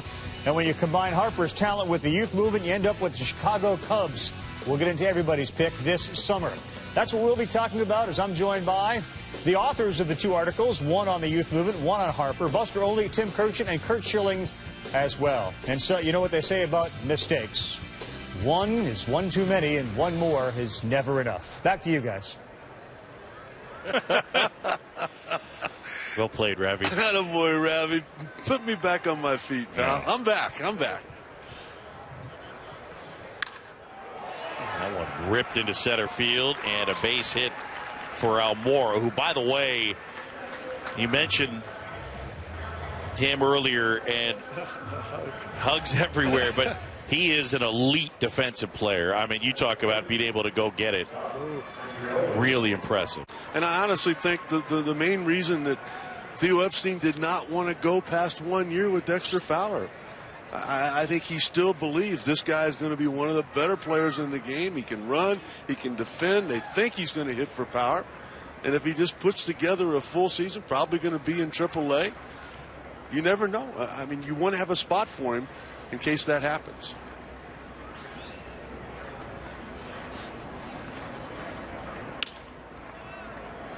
Yeah, I mean, the Cubs, you know, it's something about the depth that they have. It's sort of depth with youth, which is unusual. You see guys rotating in and out, playing different positions. And I was talking to Dave Martinez before the game. He said it's amazing. Guys will come up to me and say, hey, you know, I want to learn another position. I just, you know, should I try to learn some, you know, because they're all looking for any way to get into this mix. And it's created a nice friendly competition of young guys that can give them options. And, you know, the youth comes energy, and that's what they seem to have that separates them in so many ways. So, you know, they have a lot of depth now, and these guys are young, and any other organization they'd be, you know, in the lineup. Andreoli here. And a 1-1.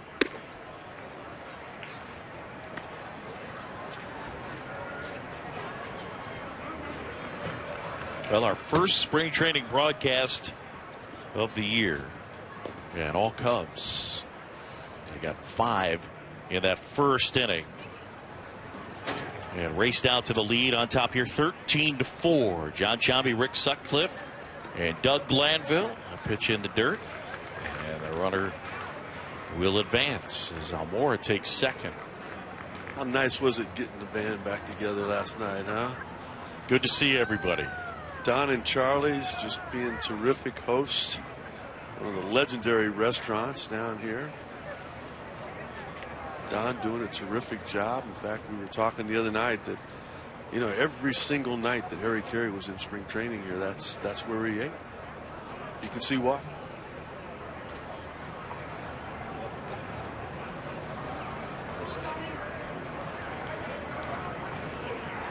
Two now.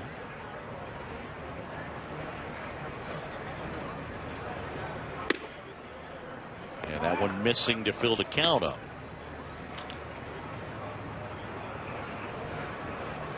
Well, the Cubs team trying to bring everyone on the north side, the thing they've been waiting so long for.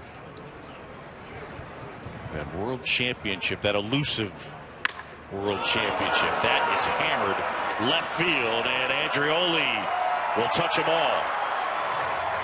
A 2-run homer, and the Cubs lead it 15-4. Celebration out on that berm.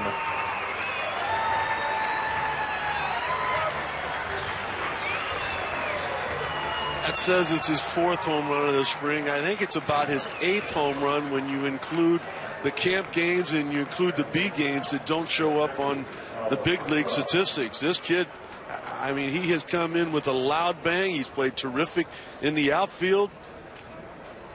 He knocked that guy down. Oh, my. Dougie, is that what you were afraid of with Vladimir up at home plate? Yeah, pretty much. And I've seen him knock shortstops over like that. Yeah, that swing, a little Matt Williams in the swing, third base coach. And he has a little of that stroke, the way he tossed the bat. Yeah, the finish, I'm with you. Yeah, so that's a good sign. Things got aggressive out there on the berm still. The fans chasing down the souvenirs. That to me is the biggest thing about what Theo Epstein and his staff have done.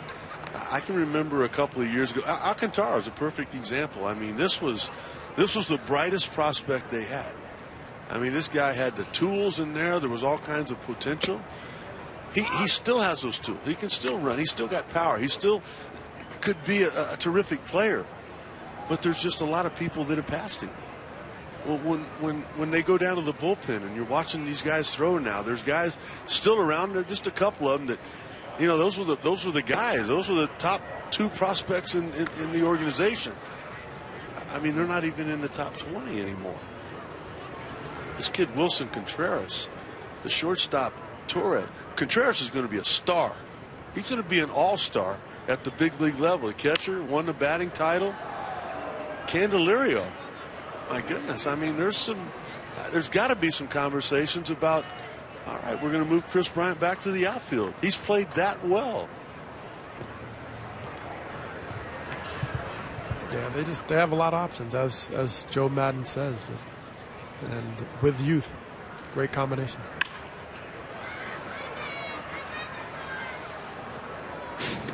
All right, the fans out in the outfield enjoying themselves. And then this guy does a nice thing. I mean, eventually.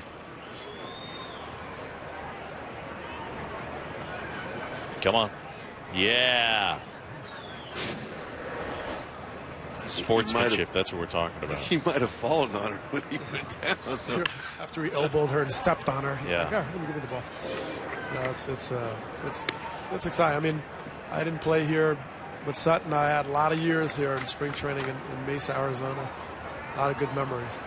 And now they have this gorgeous complex over here.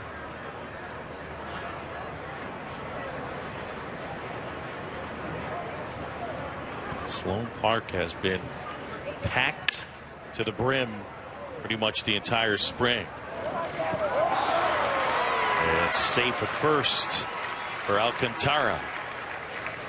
All right, we did our NL picks earlier. How about American League picks? Yeah, a lot of agreement this year. Look at us. I think that's what happened. We're in sync, you know. Well, wait a minute. Wait a minute. What's that? What's that down there in Boog's wild card? What's the one thing that just kind of jumps out at you on that page there? Just got to dare to be different, Sut. I mean, that's what it comes down to. And again, coming up the end of the month, ESPN.com, they'll ask us to make picks there, and you can be sure that the Astros will be making the playoffs on my .com picks. Is that you being in support of Adam LaRoche? That's just covering all the bases. That's all it is. So when people say you don't know how to pick, well, you didn't see my picks on ESPN.com. And if those don't work, then we'll figure something else out. You go to Del Mar Racetrack and bet $2 on every horse? Pretty much. That's what we're talking about right here. And really, no one's the wiser. I'm probably going to tweet picks at the beginning of the year, and I get a good group of about 24 teams that I'll have making the playoffs. Hey, the American League is not easy this year. I mean, you know, the East and the Central, just, I don't know, a lot of those teams just, it seems like they just need a break one way or the other. Something magical or a big trade or something will separate them. But well, for the longest time, the AL East was the varsity. I mean, it just was. For those years with the Red Sox and the Yankees, and every other division was kind of the JV, and it's just changed. Now it's open, and I mean, I think we all agree that the Blue Jays are probably the slight favorites, but the Red Sox, the Yankees, you know, we'll see what the rest of it looks like. That one will drop in for a hit as Clark gets a knock.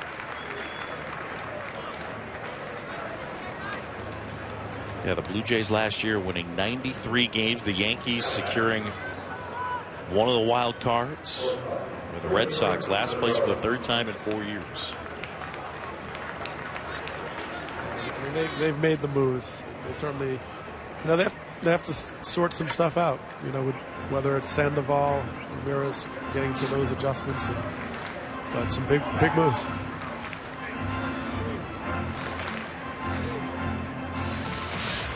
David Price signing that big free agent contract. Helped the Blue Jays into the playoffs. Top ERA in the American League as he moved on from the Tigers to the Jays, and eventually they were eliminated by the Royals. And he had to hug it out with Big Papi, right? That's right. They had some words last year, and he was worried about the first interaction, but they got nothing but love. Teammates now, you got to make it work.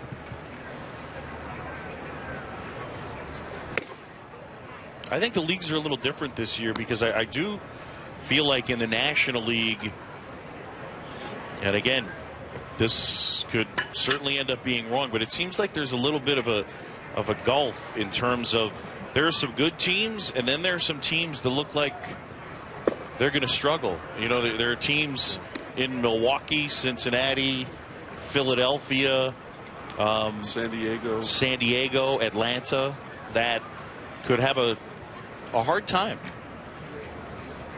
One team that I don't even think we've mentioned, I didn't see them on any of the picks, but really impressive down here has been the pitching staff, of course, of Cleveland.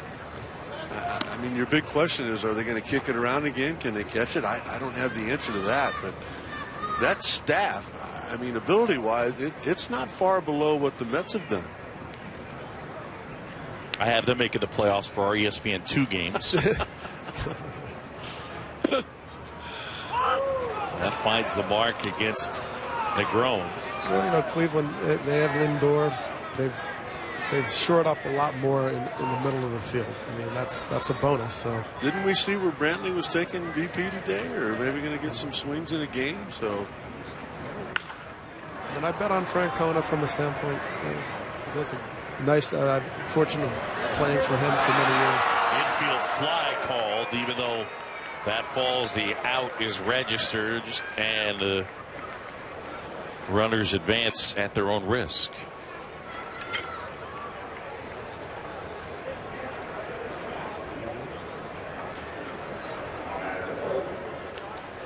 There's Phil Nevin.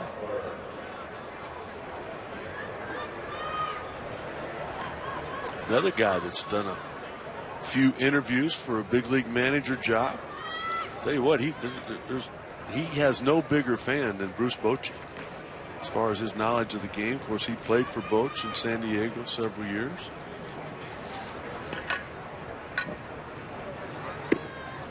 First one to Vossler. Misses upstairs. I like the new unis, by the way. The real, like, charcoal gray they're rocking. Today going with the alternate St. Patty's Day tops. I can't figure out the bottoms of the back of the pant leg. I kind of dig it, though. It's you're not used to seeing color down there in sort of the cuffs of the pant legs. I don't know that I would go to you for a fashion tip, Dougie. What? Jimmy Platt, I think it's kind of on the back there. What? It's like they're wet or muddy or something. And they turn it. Well, I mean, I wasn't lighting the director up on the air. It's 15-4. Stay in your lane. All right, my fault. Stay in your lane.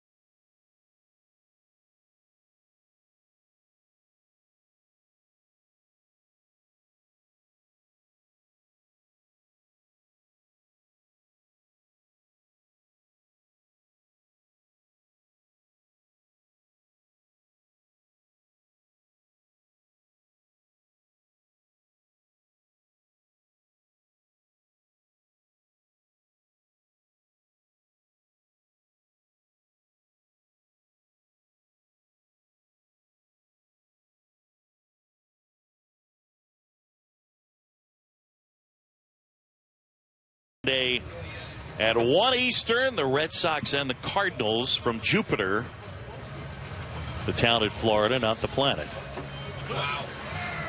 Sloan Park here in Mesa. John Sciambi, Rick Sutcliffe, and Doug Glanville. Tell you what, they thought of everything when they put this place together. You got to see the workout facility that they have there, the kitchen, the dining, the experience for the fan. The parking is tremendous. The ballpark is spacious. The weather's terrific. I mean, you can see why people want to be here. Brandon Gomes, numbers with the Rays last year, a 4.27 ERA for the righty. As he deals high to Borenstein.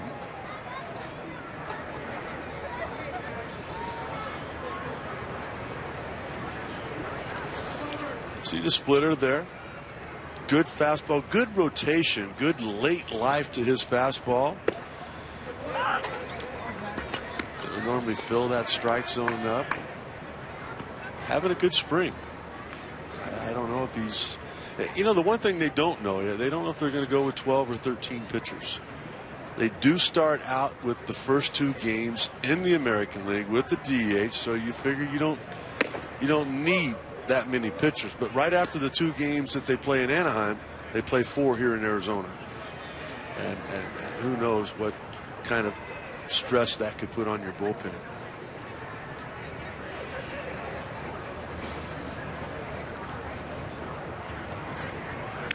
There's going to be a buzz in Chicago this summer. There was last summer, and I would say the thing is, it's just going to start earlier this summer. Well, Theo's theme from the very beginning, everywhere you look in this complex, it says when it happens. You know, Joe Maddon's always talking about embrace the moment. Don't let the pressure exceed the pleasure. I mean, he's constantly telling these guys, you know what, you're good. And he has done everything he can along with his staff to just kind of remove that pressure. Don't think about that. It's good to have a target on your back. It's good to be the favorite. That's a good thing. You're talented. Yeah, I like the Theo Epstein quote. He said there was a real effort to go from good to great this winter and to capitalize on a moment in time. Well, they got Lackey, Zobrist, and Hayward. Gomes gets the strikeout. And do we feel like stopping by Vegas? Yeah, the odds to win the World Series. The Cubs, they are the favorites. Wait a minute. By a lot. Where's the White Sox at there? Wow. Gratuitous cheap shot already. The Royals might be mad about that there. 14-1. What does it take? That the Red Sox and the Royals are the same odds to win the World Series is interesting. The Royals, you know, they do well under the radar. I think they just keep that going and just steamroll teams. I think what that came about from was, you know, Cueto didn't work out in the American League. He's an older guy. He's been a lot of innings on that arm, and just the American League thing didn't work, and they gave up a lot. They gave up 3 really good left-handed pitchers. So all of a sudden now there's going to be a missing link in that farm system when at some point during the season, as everybody does, they need help. They're still good.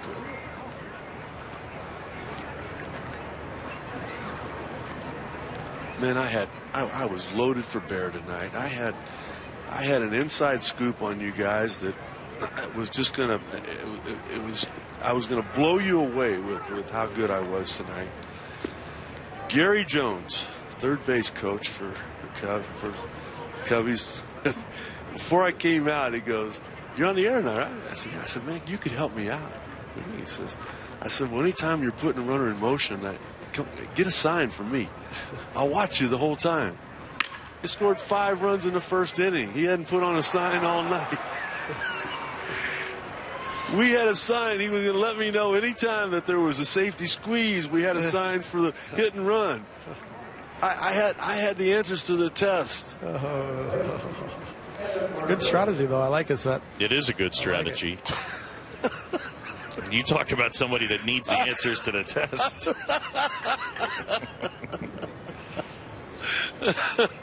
I used to lean over at the smart kid sitting next to me's desk. Yeah, I ain't lying about that.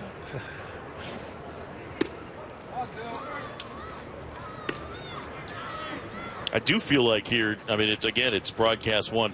Your name-dropping game today was lacking a little bit. You're normally a little more aggressive in that realm. Well, the boss has already left town.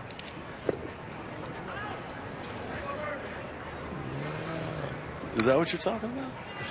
I mean, just in a general way. Vetter's not coming now. You want me to keep going? Yeah, I'm good. I'm good. 1 out, bases, or a man at first, I should say, and a swing and a miss from Marzilli.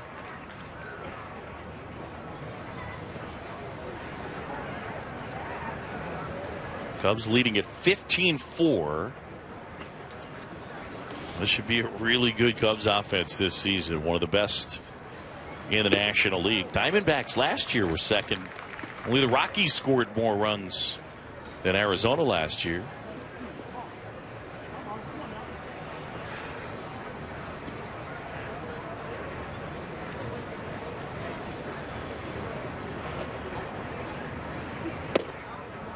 Just a little low, and now it's filled up. And speaking of the Rockies, their AA affiliate is starting baseball in a new stadium this summer in Hartford, Connecticut, near our headquarters of ESPN. And they are raving about their AA pitching staff. And they said they're going to be the best in the minor leagues this year. So a little upside for the Rockies pitching looking forward. That's always been their missing link. Gomes gets the punch out. Yeah, there's 2 down here in the top of the 9th as Brandon Gomes looks to put the finishing touches on this one. Dougie, I'm down to go check out a game with you at that yard. Yeah, man, it's going to be nice. I mean, that's some delays, but I think June 1st, gorgeous park. Big swing from Arias, and the count 0-1. 15 runs, 14 hits, couple of errors for the Cubs. The Diamondbacks 4-10-1. 4 triples for the Cubs in this one.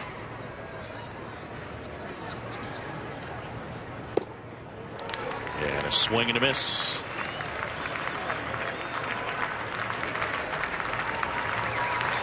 Oh, now they really start rolling down the hill. Those that remain on this St. Patrick's Day. There were a lot of things for 16,000 people to do on St. Patty's Day here with the beautiful weather. Just really, really cool that they wanted to be here. 1-2 for Gomes. And a little tapper left side. Negron in time. Cubs win it. 15-4 the final. That'll do it from Mesa. For Rick Sutcliffe, Doug Glanville, and our entire crew, I'm John Chambi saying so long from Arizona. Up next, it's Baseball Tonight, ESPN, the magazine MLB Preview Show.